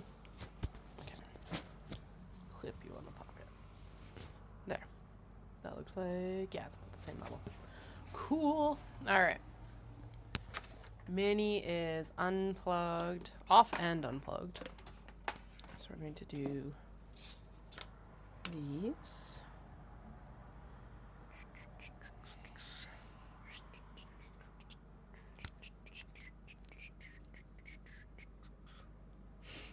Can't believe we're heading into like our last actual school year. It's like insane.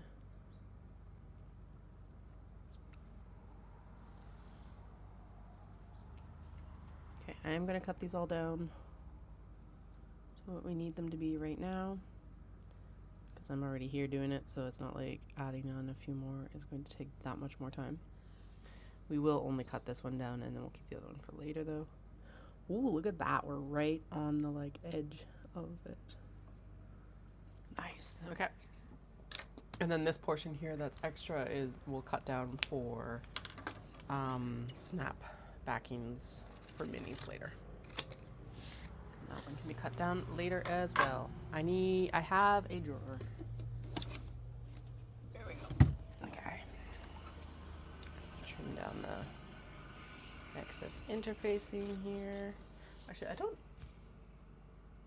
No, it hasn't been. Okay. I'm like, we're not at the step. I was like, wait, did I actually put interfacing in that navy one already? But no, we have not, I don't think. Because I think that's kind of like the next steps. We needed to make sure that we had the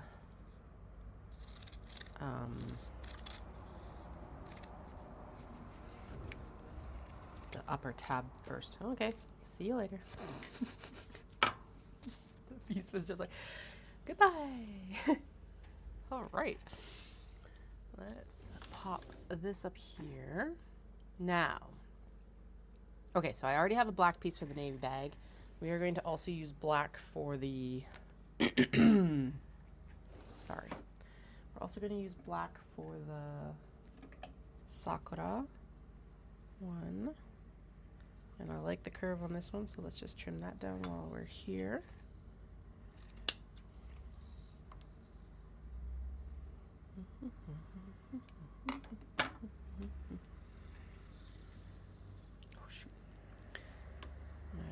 So I ordered, I didn't realize that you could order like 1,000 rivets through Tandy until May. So I ordered 1,000 rivets because we're going to end up using a lot more with the Dundern totes and stuff like that. Again, rivets don't go bad, so whatever.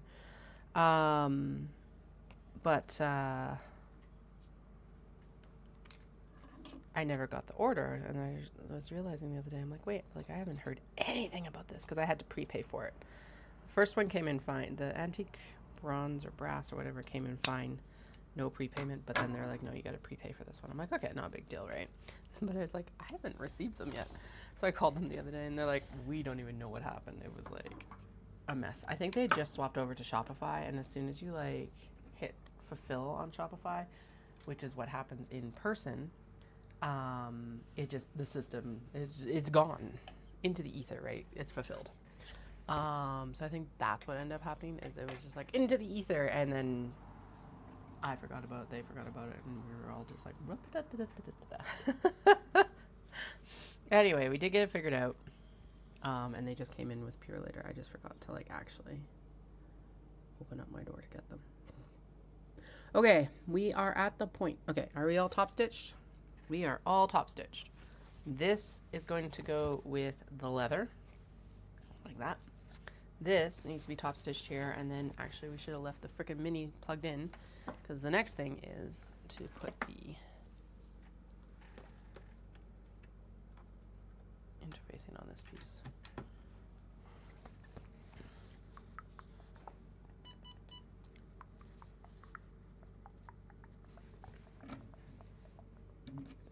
What is the seam allowance? A little bit smaller than I thought.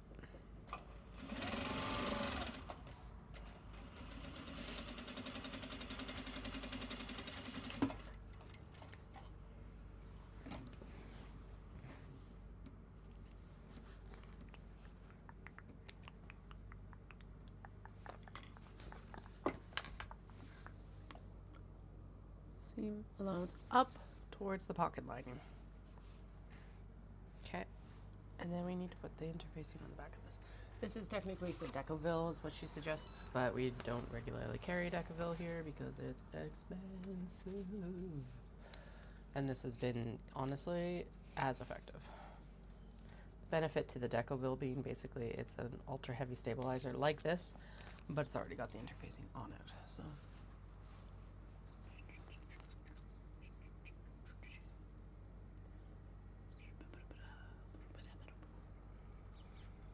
Center it on the seam.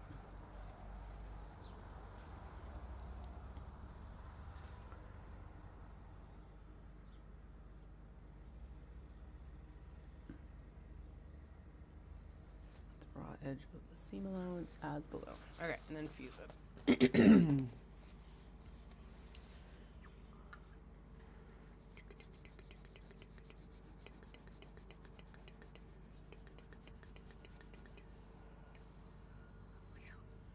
Now this one has been treated with Scotchgard as well. All the ones coming out of the studio except for the orange one that I am just photographing are now being oh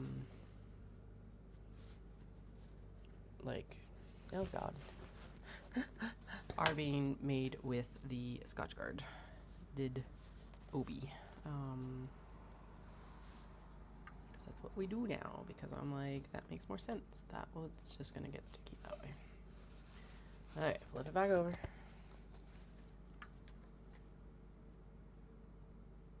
I get that it's a really thick seam, but seriously.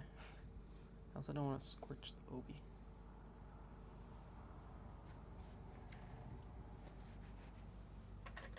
Or my hands. Actually.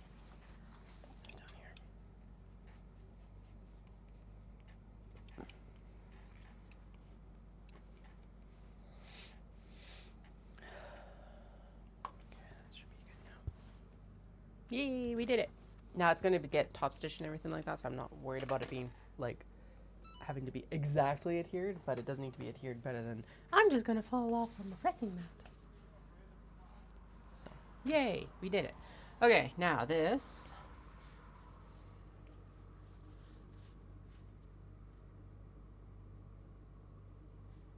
Place a leather tab on top, wrong side. Okay. F, lay it flat. Leather tab on top, wrong side facing up. So both side pieces are right. Okay, so this has to be right sides together with that. Easy. Okay, done. Dun dun dun dun dun dun dun dun dun dun dun. Oh, and then I could have actually top stitched that piece. Oh, no, I have to do the pocket has to be stitched together, same as minis. And then we can do the top stitching.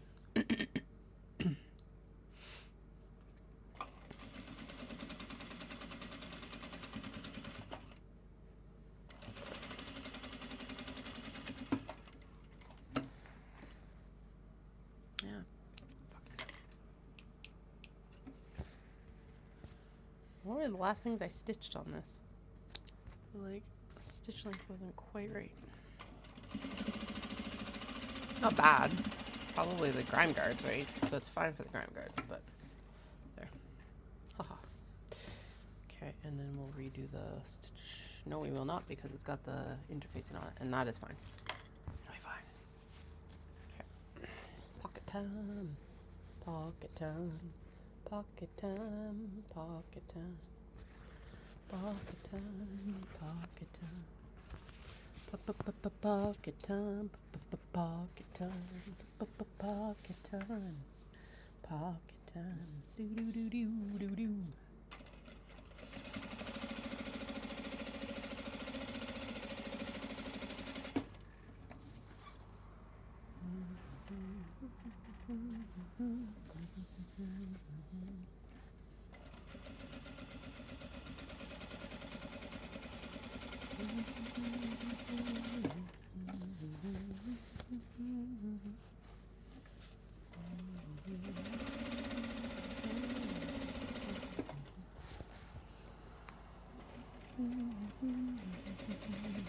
I just realized I'm also going to need to trim or cut some straps for these. Alright, so now this one has a lot more natural fold line than the mini trap. Oh yeah, I'm glad I went with the actual piece there. There's the natural fold line for the pocket. It's like built in instead of having to be trimmed. There's nothing wrong with the mini traveler sling and how she has it written, but this is just easier because it literally wants to do this. Whereas the mini always feels like it's like fighting a little bit. So I think that that probably lines everything up. Ooh, there we go. Everything's lined up a bit better now. Aha! The more you know. The more you sew something, the more you figure out sometimes. Okay. This top stitching is not called for. I like top stitching it. That's how it happens. Okay, and then we're supposed to do like a tack down seam along here. That's fine, we can do that. And now it's gonna catch all of that pocket. Love it. Got it. Makes sense. I tried skipping that catch stitch on the minis and it just did not work very well, so we got to go back to doing the catch stitches next time. It's fine. Whatever.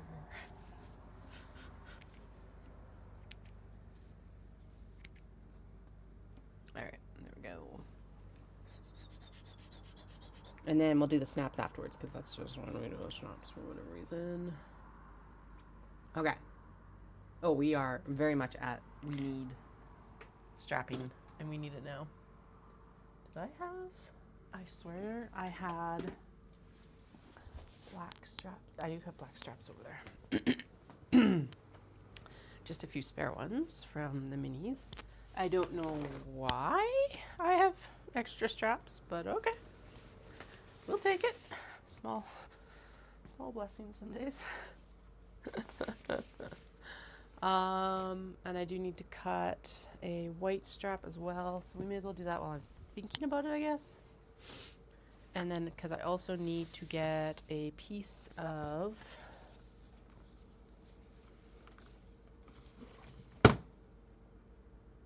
I also need the like strap connector piece. God, we're gonna need another roll of cotton soon. Okay.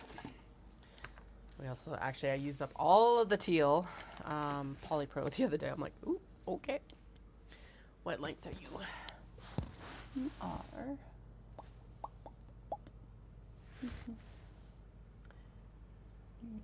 I think we're going to go back to adding in these extra little D-rings as well because I'm realizing that they are handy for hanging this up. She didn't actually show them on either of the bags though, which is interesting, but meh. Whatever, easy enough to add. I don't know how I'm like hanging right over the desk here. Ba ba ba ba ba. What do you mean? You need 2 by 3/4 D-rings. Oh, we totally break those rules. And a piece that is 2 1/4 inches long.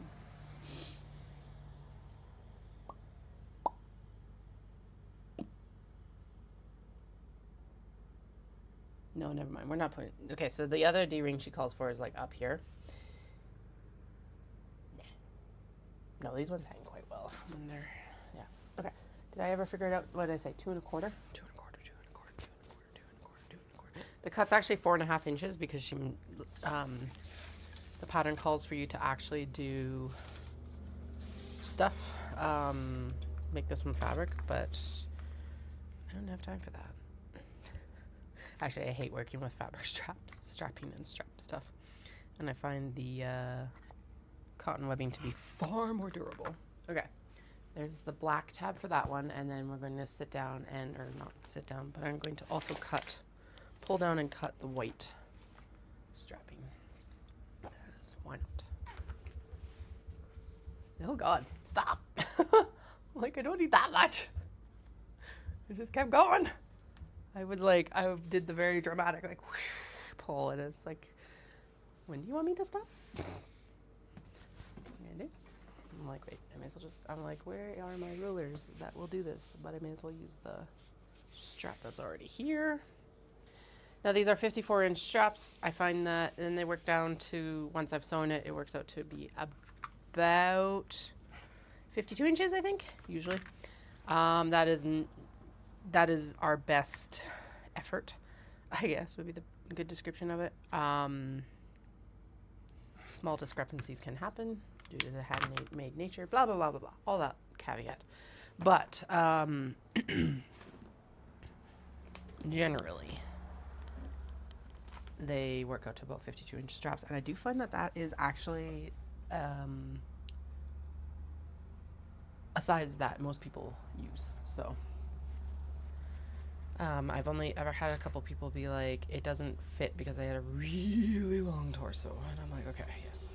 And that wasn't even on these, actually. It was on one of the Cambridges. She needed an extension on her strap, so.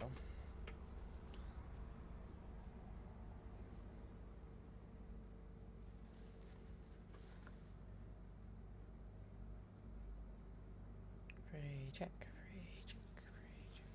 Now I think this one will go with, should we go with black hardware or gold hardware?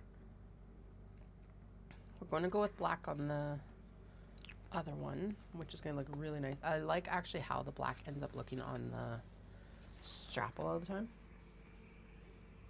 What time is it, by the way? Quarter to 1. Okay.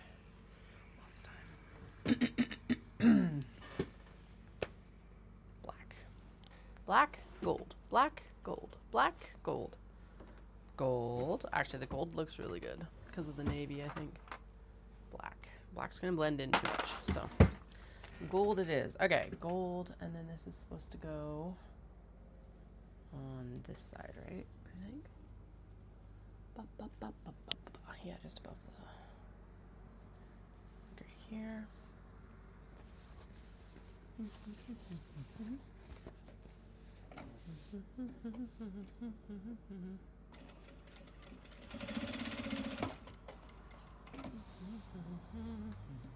I don't have any clips around here, so we're just gonna do a quick basting on that.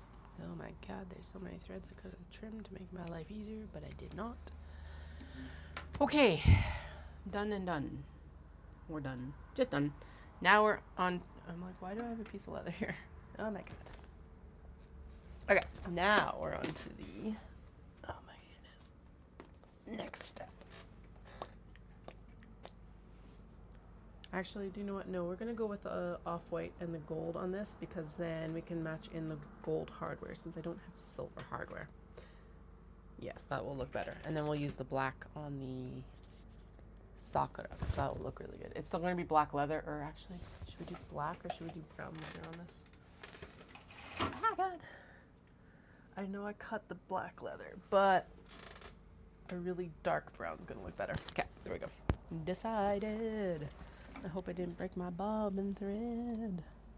I did. Sheet.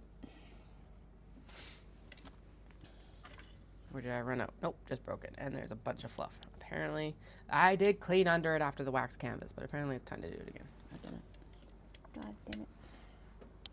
How many bags should I take to photograph? I feel like I almost should take like a bin's worth. But that feels like excess.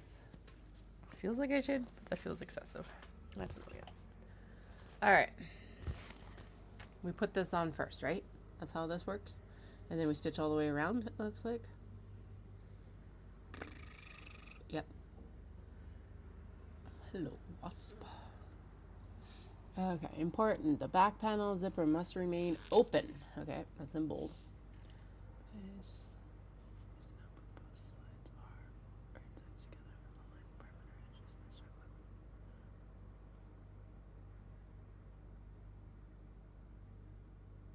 Okay, yeah, so she wants me to basically sew it together and then we sew it together again. Oh, right, and then, so she actually does a connection point with a rectangle ring, which is why this doesn't normally go in right away. I forgot about that portion. I don't do that part. We just don't. Okay, so we're gonna actually throw that in now. I need a clip. Shit. Oh, we got pins, whatever. Or do I have one of the escapees down here? The escapees being clips that have run away from me. That is twill. Ooh, there's another. There is a lot of clip. A lot of piece of fabric. Those are very dusty one, so we could do one more grime guard. Actually, we could do one of the strawberry ones that was like, we forgot to do it. Yes, there is a clip. It is clear, so of course it would be hard to see. Woohoo! I found it. Now, are we placed well? We're placed well. Good. I can't see anyway because it's black on navy. Yeah, it's close. Okay, we're gonna stitch around the whole thing. We'll just kind of manage that. And then we're going to stitch interior, and then we do a fold over. And if you're like, why are you doing this instead of starting the other one? Because, oh, what's the seam allowance? We do actually want this to be done.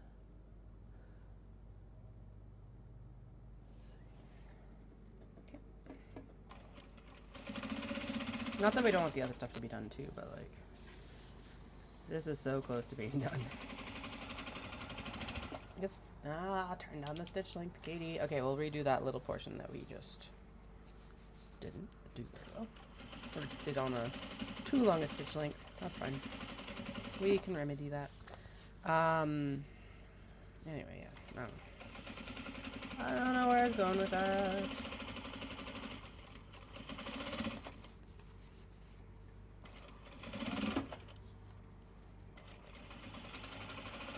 I do like how the adding in the, oh, it's too small, seam allowance. How adding in the strap on this one does help preserve its like very 3D shape, which actually does help make sure that everything gets sewn together properly. Most of the time. Not all the time. Not like infallible, but it definitely doesn't hurt. This one does actually help quite a bit with, or does, yeah, improve with. I just totally sewed over the webbing. Didn't. Nope, I did not. Okay, good.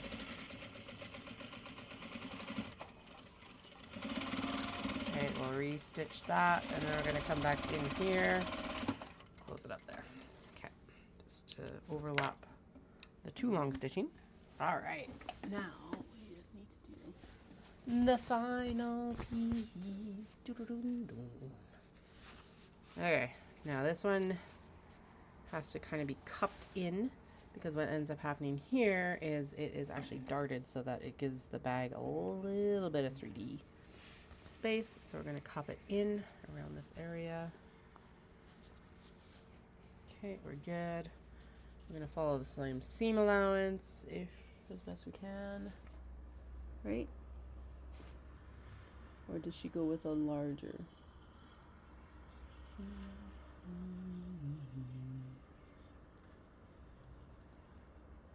Lay, yeah, done.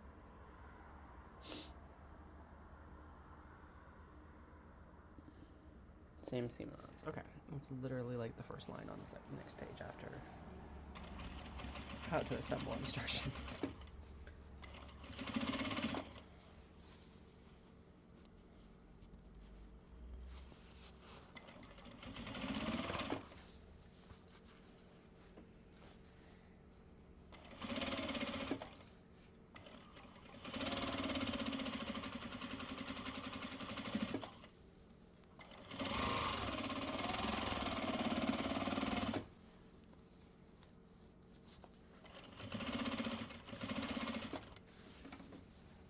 of it.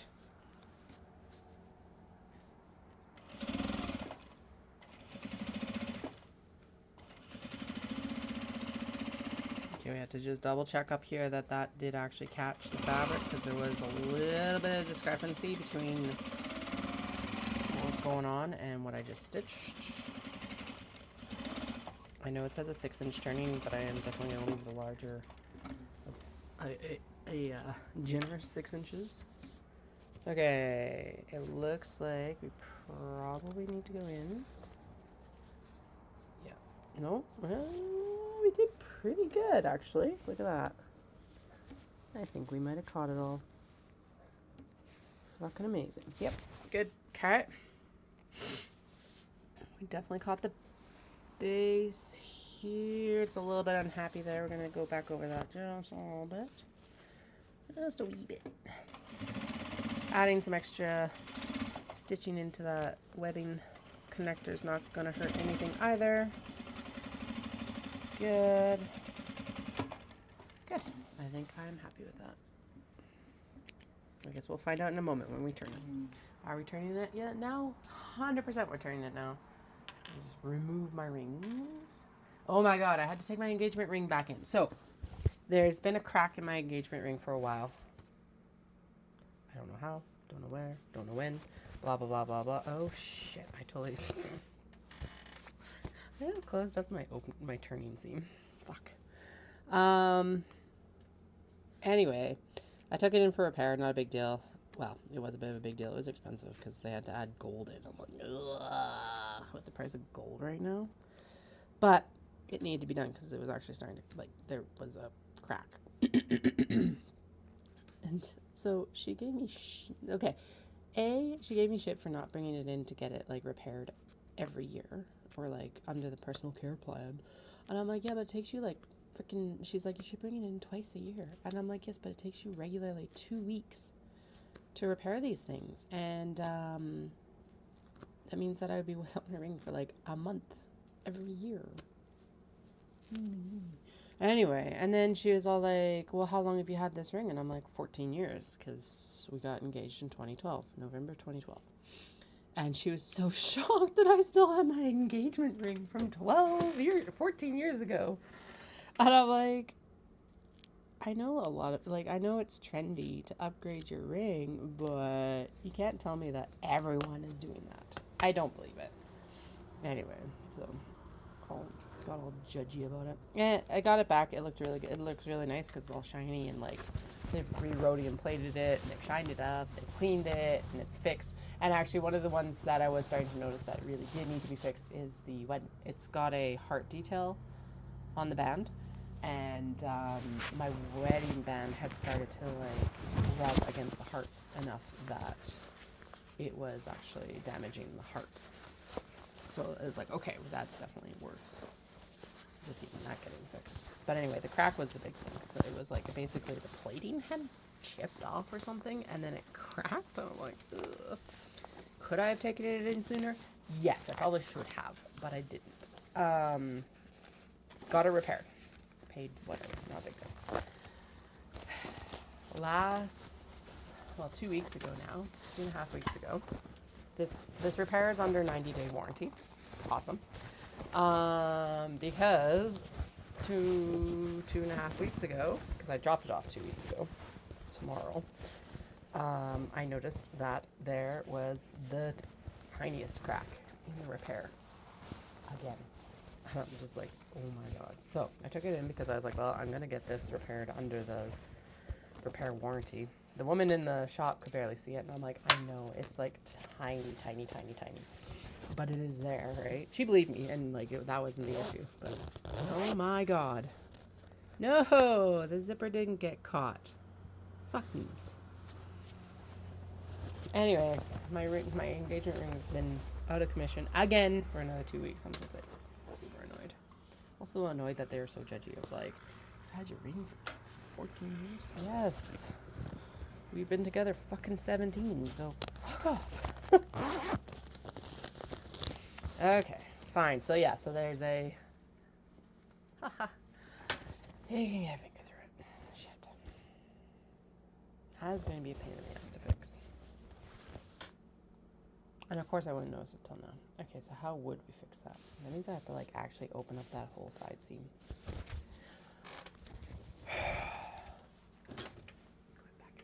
I really don't want to tackle the next one then. I do have the orange one. Is it my favorite? No, it is very Japanese though. So maybe I just don't worry about it because it's 1 p.m. I really want to get those photos done so I can get an update done. So let's see. What do I have here? You know what? It's very Japanese. It's good. We'll use that one. It's very it's very distinct. Let me find the actual like photo of it. Oh my god, I'm blinking in both of those. Oh, that sweater looks terrible. Shit, does it look like that in all of them?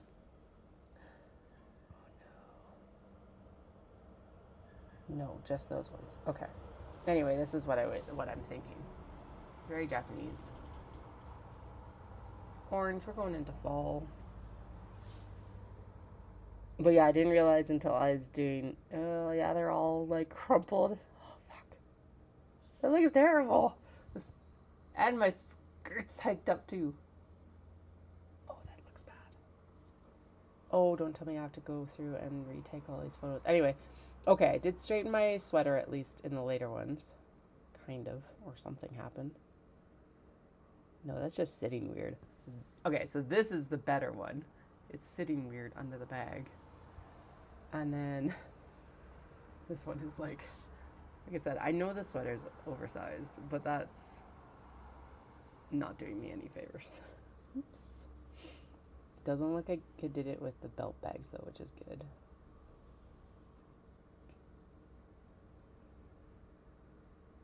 No, that's acceptable. Okay. There's a little bit of crumpling. That's fine. That was really bad though. What about with the minis, it hangs correctly too. So it must just be the size, like on the belly and stuff like that. Okay, so navy one is a bust. I can do one more grime guard. Grime guards. Where did you go? No, seriously, where did they go? Fuck. Alright, I was thinking that I could do some water bottle holders, but we could do some water bottle holders tonight once the kids are home. Those are small box bags. No, seriously, where did they go? Oh, right, I threw them up on the cutting table. I'm like, they're right here. Okay, so we missed both of this black strawberry. So let's do... We'll be able to come and do these after. I will have more labels. But I know myself. And and hopefully you've been watching for long enough that we all understand that the likelihood of me coming back to it, especially with so many other ones finished, is low. Right? Like, by the time I get back, I want to be working on Kato. I don't want to be working on Grime Guards. So I have a feeling that if I do not finish up what I'm intending today, it's very unlikely that I'm going to add the last 6 in. I might. Let's be generous. I will, maybe. Probably not, though. Like, okay, there's a 90% chance that I will not finish the rest of those Grime Guards. Are they almost done? Yes. Do you know how long I've had those other things almost done? A really long time. Needle stashers. Like project stashers. Oh, that's what I should call them. Not needle stashers. Project stashers makes more sense. Shit. Okay, that's a change I can make on the website too. But yeah, all they need right now is snaps, and I still haven't fucking done them. I was thinking about toying with the idea of taking them out too. I might still do that. I'm also going to drop them from 3 to 2. No, we're out of thread. 3 to 2 snaps, because the majority of the ones that I see that I don't make are only 2, and everyone seems confused by the 3rd snap. And when I really think of it, it is confusing. So we're going to drop down to 2 snaps, which will also make it faster for me to finish them, bluntly. So to all of our benefits. I guess the other thing too is I can always come down and sew this other traveler sling tonight too. Or I can like start the prep on Kato interfacing. I don't know. We have lots of options right now.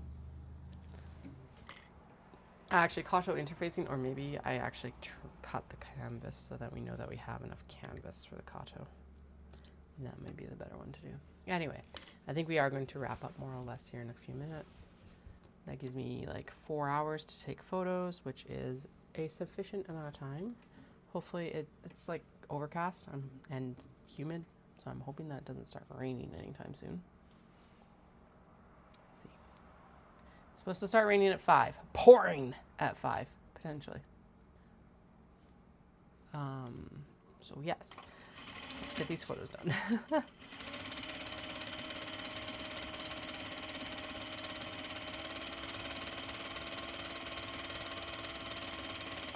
I'm glad I randomly found a very dusty label though. So that is the last of the labels from my Quebec supplier, for the cotton ones at least. Like I mentioned earlier, I changed up the design a little bit this time so that we just use them in whatever bags we have.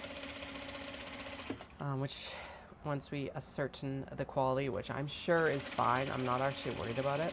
But once we like make sure it is actually what we're looking for, I'll order like 1 or 2 more rolls and then we should have enough for a while.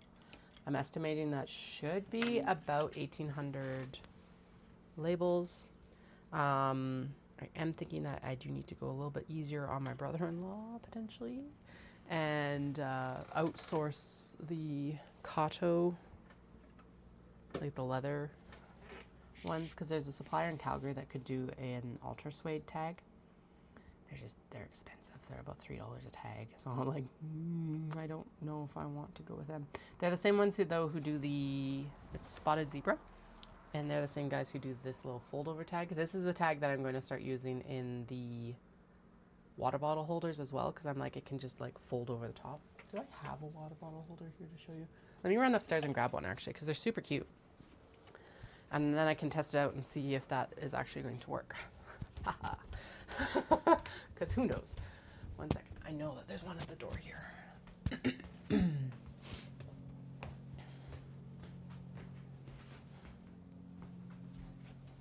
Oh, and I can grab my rivets. Yeah.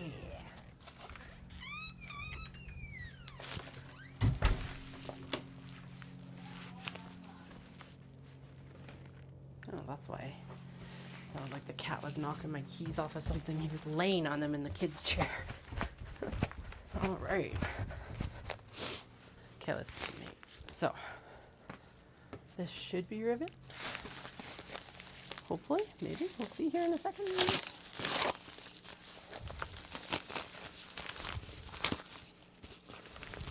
Yeah! Rivets. Good job, Tandy. Anyway, this is what 1,000 rivets look like. It's actually 2,000 pieces, because it's 1,000 sets of rivets, which makes them significantly cheaper in the long run.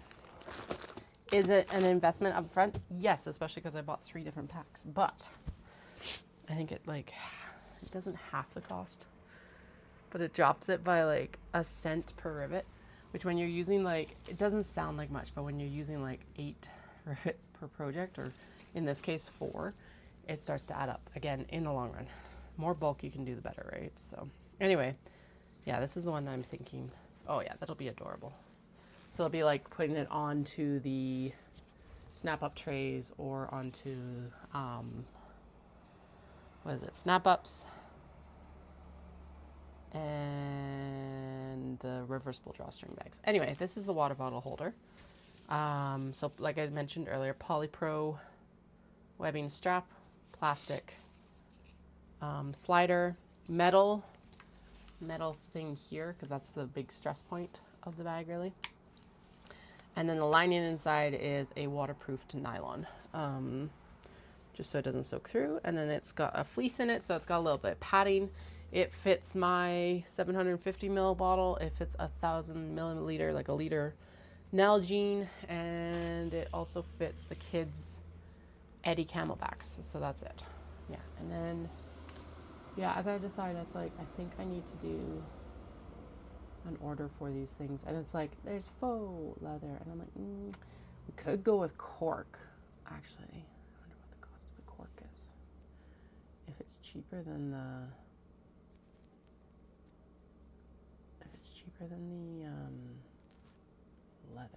useful. Because these ones are 1x3 right now. We have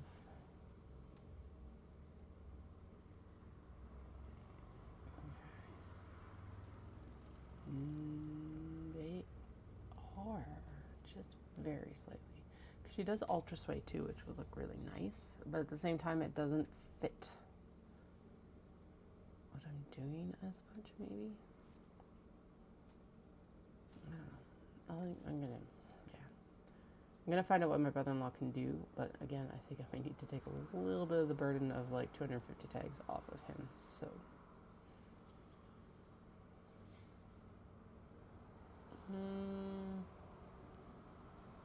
no, actually, this ultra suede is cheaper. Interesting. Okay. Okay, it wasn't actually as expensive as I thought it was. Yeah, so cork is like $2 per label. Ultra suede is not $2 per label. I thought in my head for some reason it was. Interesting. What changed? Maybe I did something to it that was like added an extra cost. Oh, I added on iron-on backing. But yeah, it's like 35 for 25, which is about 3 times what I estimate my leather costs at right now. But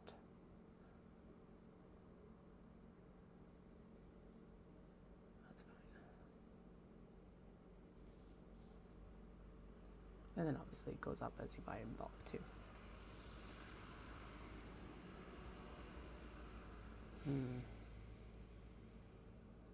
Okay, so then the question becomes, if I need 250, let's say 200, divided by 25, 8.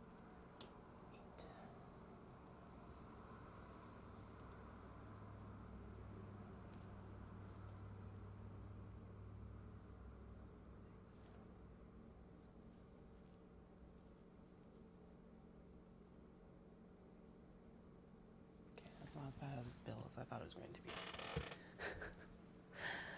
Anyway, that's the thoughts of what we're going to play around with for the next little bit. Water bottle holders, though, are definitely something that I'm going to be working on here in the next few weeks. Right now, they're at the stage where I should go through and trim all their wedging. Kato exteriors are done. Grime guards are cut. And do you know what? We are going to call it on it right there. If I sit back down to sew those grime guards, amazing, like the ones that are remaining. If not a big deal. So let's actually get the whiteboard and we are going to check them off for at least for cut, sew, or cut, serge, and hem. That's what we're going to say we're done with. Obviously, we still need to pull elastic. Crossbody straps are cut and half sewn, so that's exciting.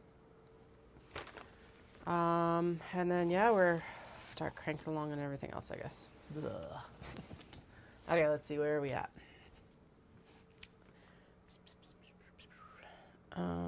Grime guards. Determine sizes again. Did that cut. I have serged all of them. And yeah, like I said, we're going to say that we've hemmed them all. The next step is elastic and then sewing and finishing.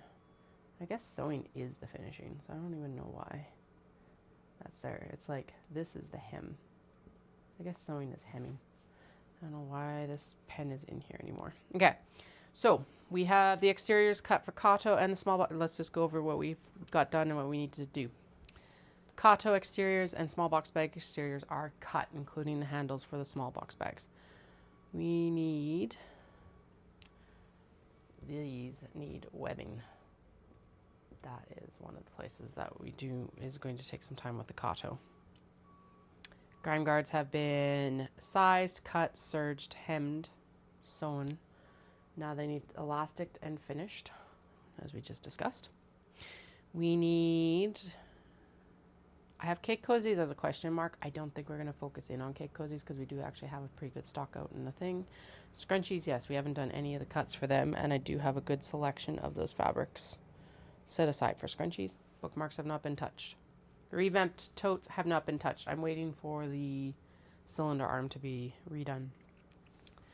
Crossbody straps have been cut and half sewn. So maybe we'll sit down and actually finish those so that it can just be taken off the list.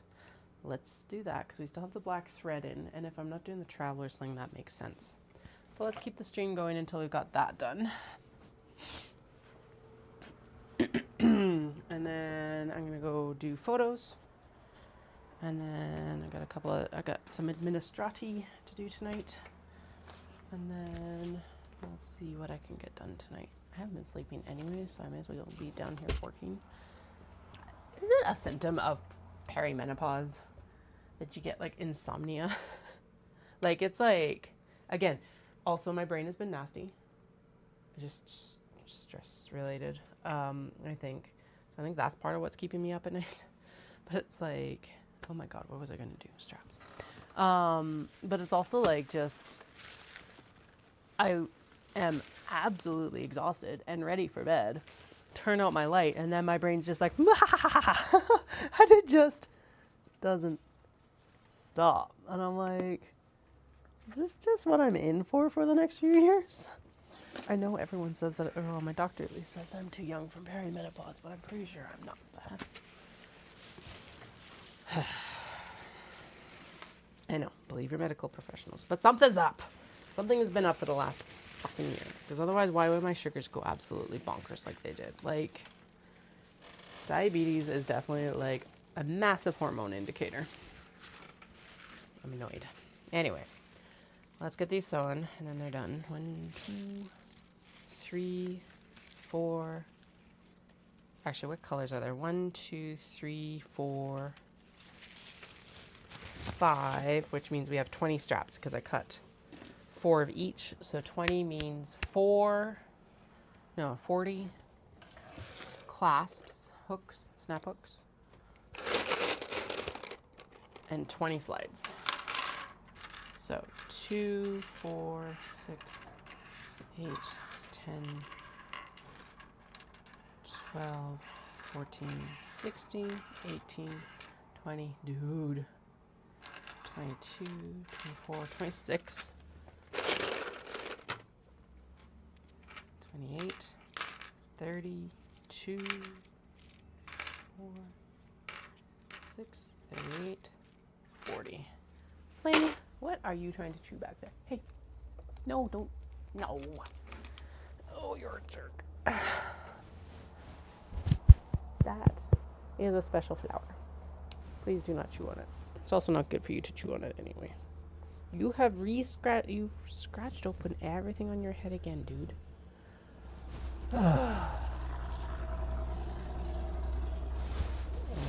Non-therapeutic pets.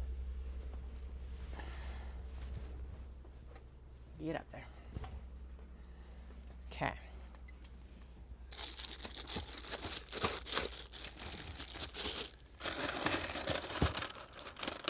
So I think this is about 4 less than the last one, which doesn't sound like much. So 4, 6, 8, 10, 12, 14, 16, 18, almost 20. I also still do need to trim all the threads between all the other straps because it's like I chain piece them, so now they need to be trimmed. 1, 2, 3, 4. Actually, you know what? We may not take a traveler sling. Maybe we'll just take some of the obi, like the Dundurn totes. I think those show the obi better. And I definitely have a better like selection of them right now, so yeah. I'm not gonna stress about the traveler sling too much.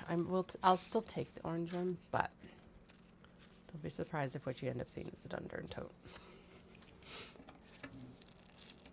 You're like, Katie, we don't care. It's like, I know, preaching to the choir. You're here already.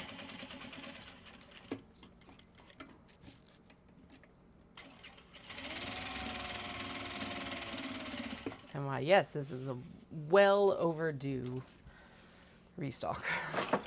Whoa, cat, you okay? Yeah, I know it's my problem. Yeah, you don't have to be on the desk. It isn't your actual space, sir. I put you in the cat tree. Stop trying to chew the damn rose. Bah, I just realized that he could knock that mug off very easily, and I would be very upset. Okay. Cats and kids, yo. Cats and kids. It's not the kids, it's the cats. And if it's not the cats, it's the kids. I love them both dearly, but my God. It just doesn't stop some days.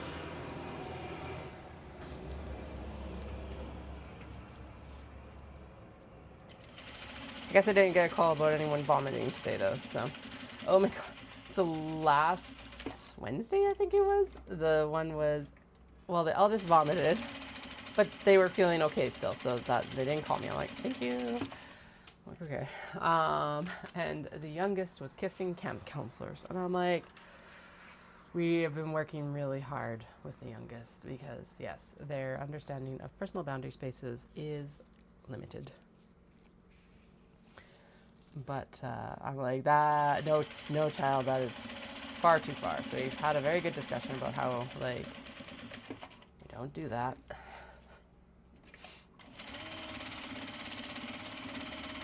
And like, what can you do? And because that's the other thing is, it's like, it's not just that you can tell this kid that it's figuring out the cans instead of the can'ts sometimes with this kiddo, I think, personally. This is non-scientific. I always am trying to find a way of like, okay, what could you do instead? And it's like,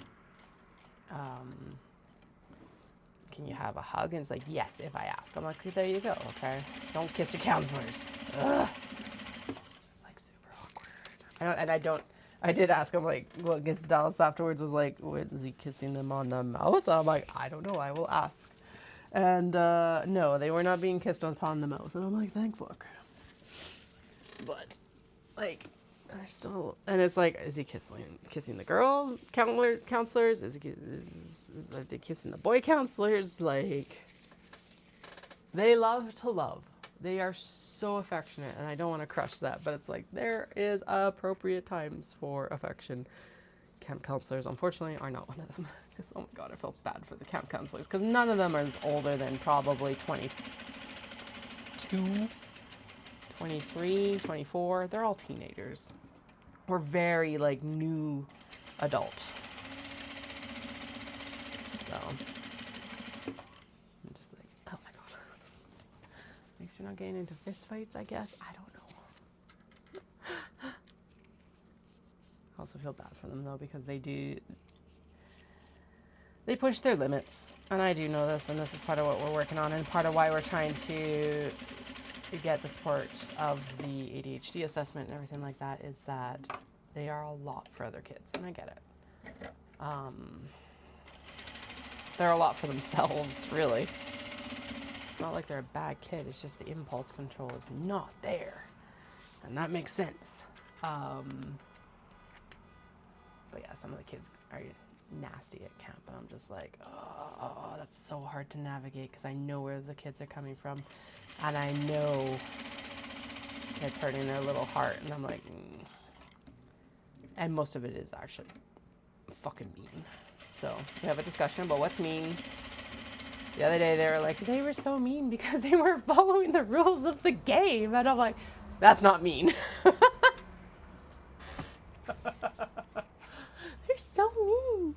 They were telling us to get out when we were out. I'm like, yeah, you gotta get out, because they play like a, I don't know, a contained dodgeball game, and is my understanding of it. You can't hit above the legs, and they both got out, and they were all like, they were mean because we were out. We knew we were out, and then they were telling us to get out. And I'm like, yeah, that's so that they can continue the game. That's not mean.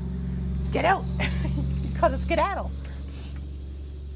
So, it's also been shit like that. I'm just like, okay, that's just interpersonal navigation. But, that one was funny because they thought that I'd totally be on their side. I'm like, no. I'm not on your side in that case. I'm sorry. Like, not sorry. No. Get the fuck out of the game. Until you get to, like, go back in on the next round or however it works, right?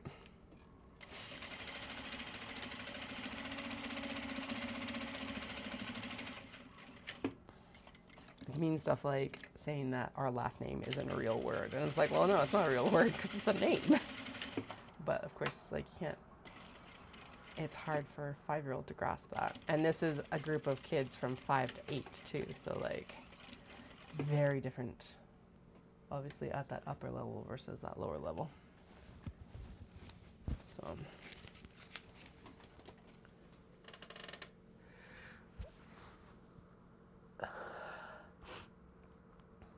no? Nope. Cool. All right, we are going to get through these straps pretty fast. I'm happy with that. Of course, it's a little bit longer on the other side doing the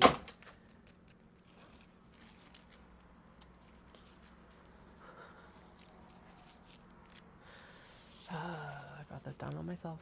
The window that is open is the one that's behind, or like at the back of the desk.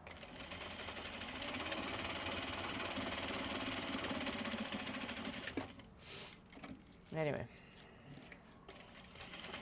I think it's also been really good though, because they've definitely had to navigate different people. And also on the flip side of like, it's a very different age range, or different, very like 5 to 8 is a big age range, and like a 5-year-old versus an 8-year-old is very different children. I think it's the right place to split the group, but like, yeah, I can't imagine. An 8-year-old right now. But I think like on the flip side of like, it's just been good. And honestly, it's a little bit of social smackdown, which we can talk ourselves blue in the face sometimes, but until it actually gets called out by your peers, sometimes it just doesn't happen. I know that sounds mean, but it's true. And my kids aren't oblivious, so...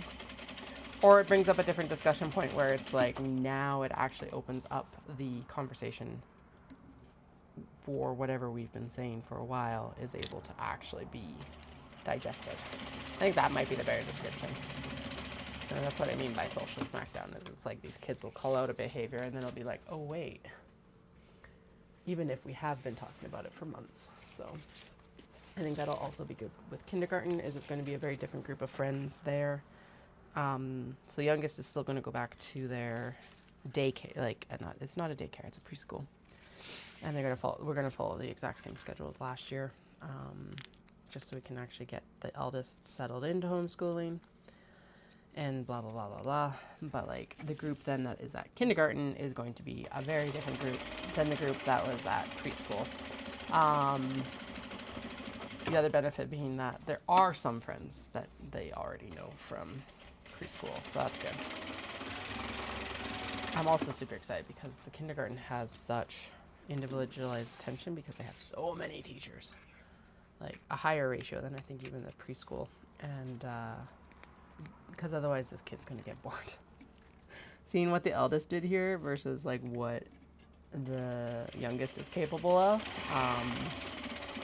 they'll be able to challenge them at the right level, I think. That's also part of why I don't necessarily want to pick up the workbooks for this round of like homeschooling. I don't want to double up, because it's like if they pick up enough from kindergarten, like we might have to tailor the programming a bit more than like once I've encountered what it actually is going to do with the eldest. So we'll see. I'm gonna order that here soon so we can go pick it up, because apparently the all about reading and spelling curriculum is a lot of prep work, and I'm like, okay, time to buckle in, I guess.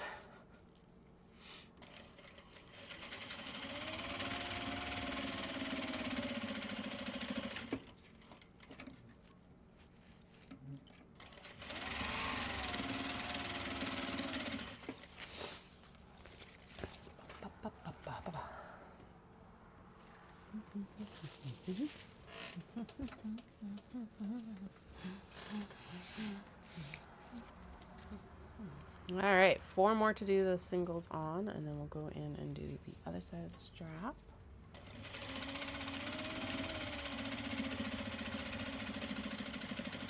I feel like we have and have not accomplished as much as I intended today, but that's okay. Some days are just like that. Photos is a lot of work, so.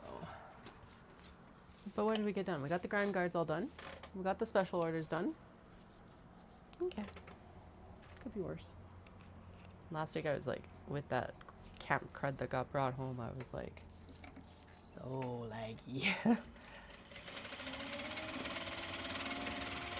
So I apologize for the stream quality from last week. I was just like, no. I actually did end up testing for COVID too, because I was just like, okay, this is lasting so long. But at least from the expired test that I had, it was not. I'm like, okay. Okay. Hopefully not.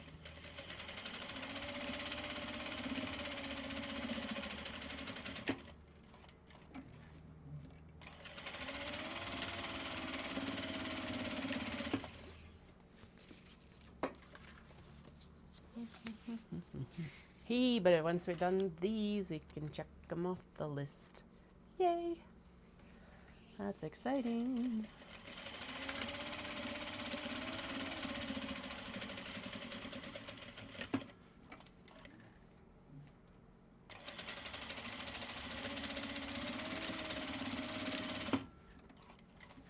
All right, now these do have to be trimmed apart because this is a pain in the ass to chain piece on the other side if they're all together like this.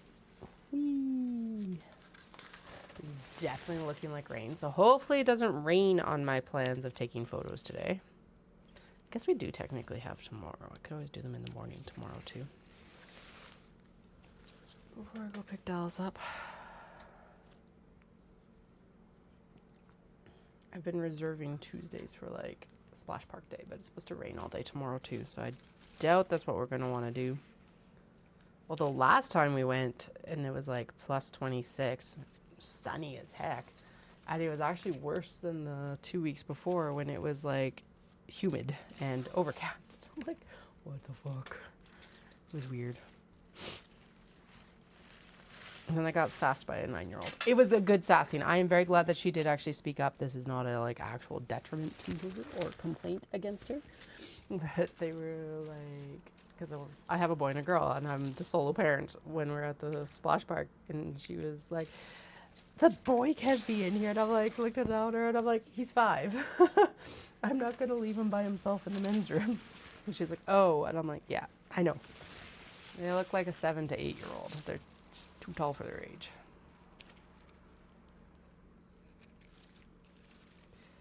So, like, good on her for speaking up. And also, mind your own business in some ways. Especially because they were doing nothing to hustle to get out of there. And basically I had the boy like turn to the wall to be like, okay, don't look around, just concentrate on getting everything covered up and getting out. So then I was like, okay, next time we'll go to the bigger washrooms and like use the handicap stall. And that kind of backfired too. I was just like, ugh. Because we go changed in the gear because that's just easier, but then you have to change like afterwards, and that's a bit more of a hassle. If they were a bit older, maybe, but no. Because even so summer camp does, because they're down at the pool and stuff like that, they do a pool day every week, but they have very clear guidelines on like how they are approaching this, of like very strict. I'm actually extremely comfortable with how they've set it up, mostly because they communicated those guidelines before they actually go do the stuff. So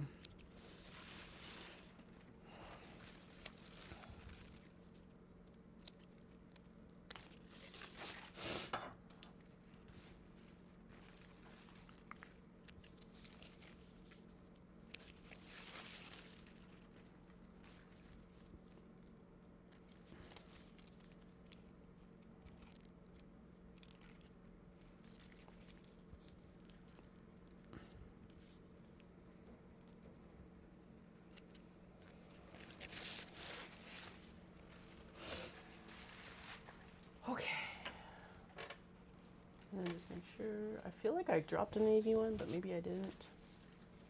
1, 2,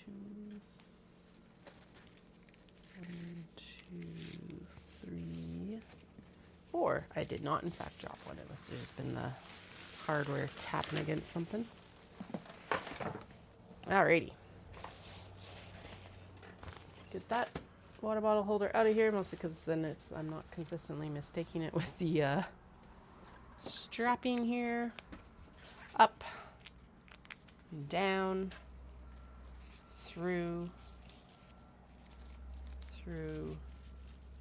and fold. Now these ones, since they are polypro and we use the heat gun knife thing rope cutter to cut them, they are sealed. So I'm doing a single fold instead of a double fold like I would with the cotton. Just because it makes the strap like, I don't know, an inch longer. Considering that most of these folds are about an inch, like a half inch deep. So.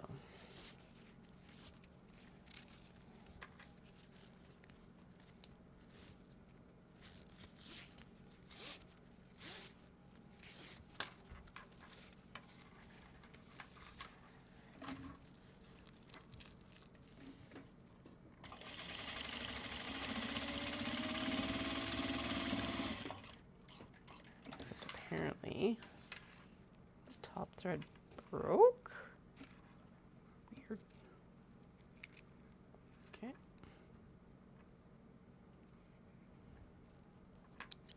Probably just a little bit too far over for actual chain piecing.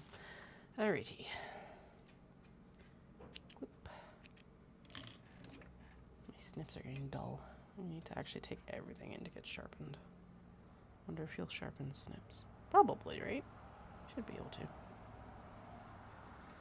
He can sharpen paring knives. I'm sure he can sharpen these.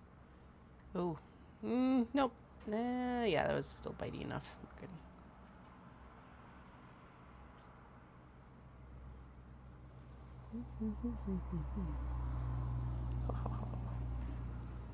I am feeling the pressure of the weather to be like, you gotta go do your photos, Katie. Maybe I should go do them and then I can finish these up afterwards. Not the craziest idea I've had.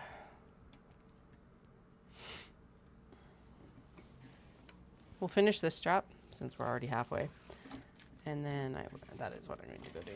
All right, which I unfortunately cannot take you along with because I would not be able to stream and do photos at the same time. Also because I'm standing outside my neighbor's house and it's already awkward enough versus just like, yeah.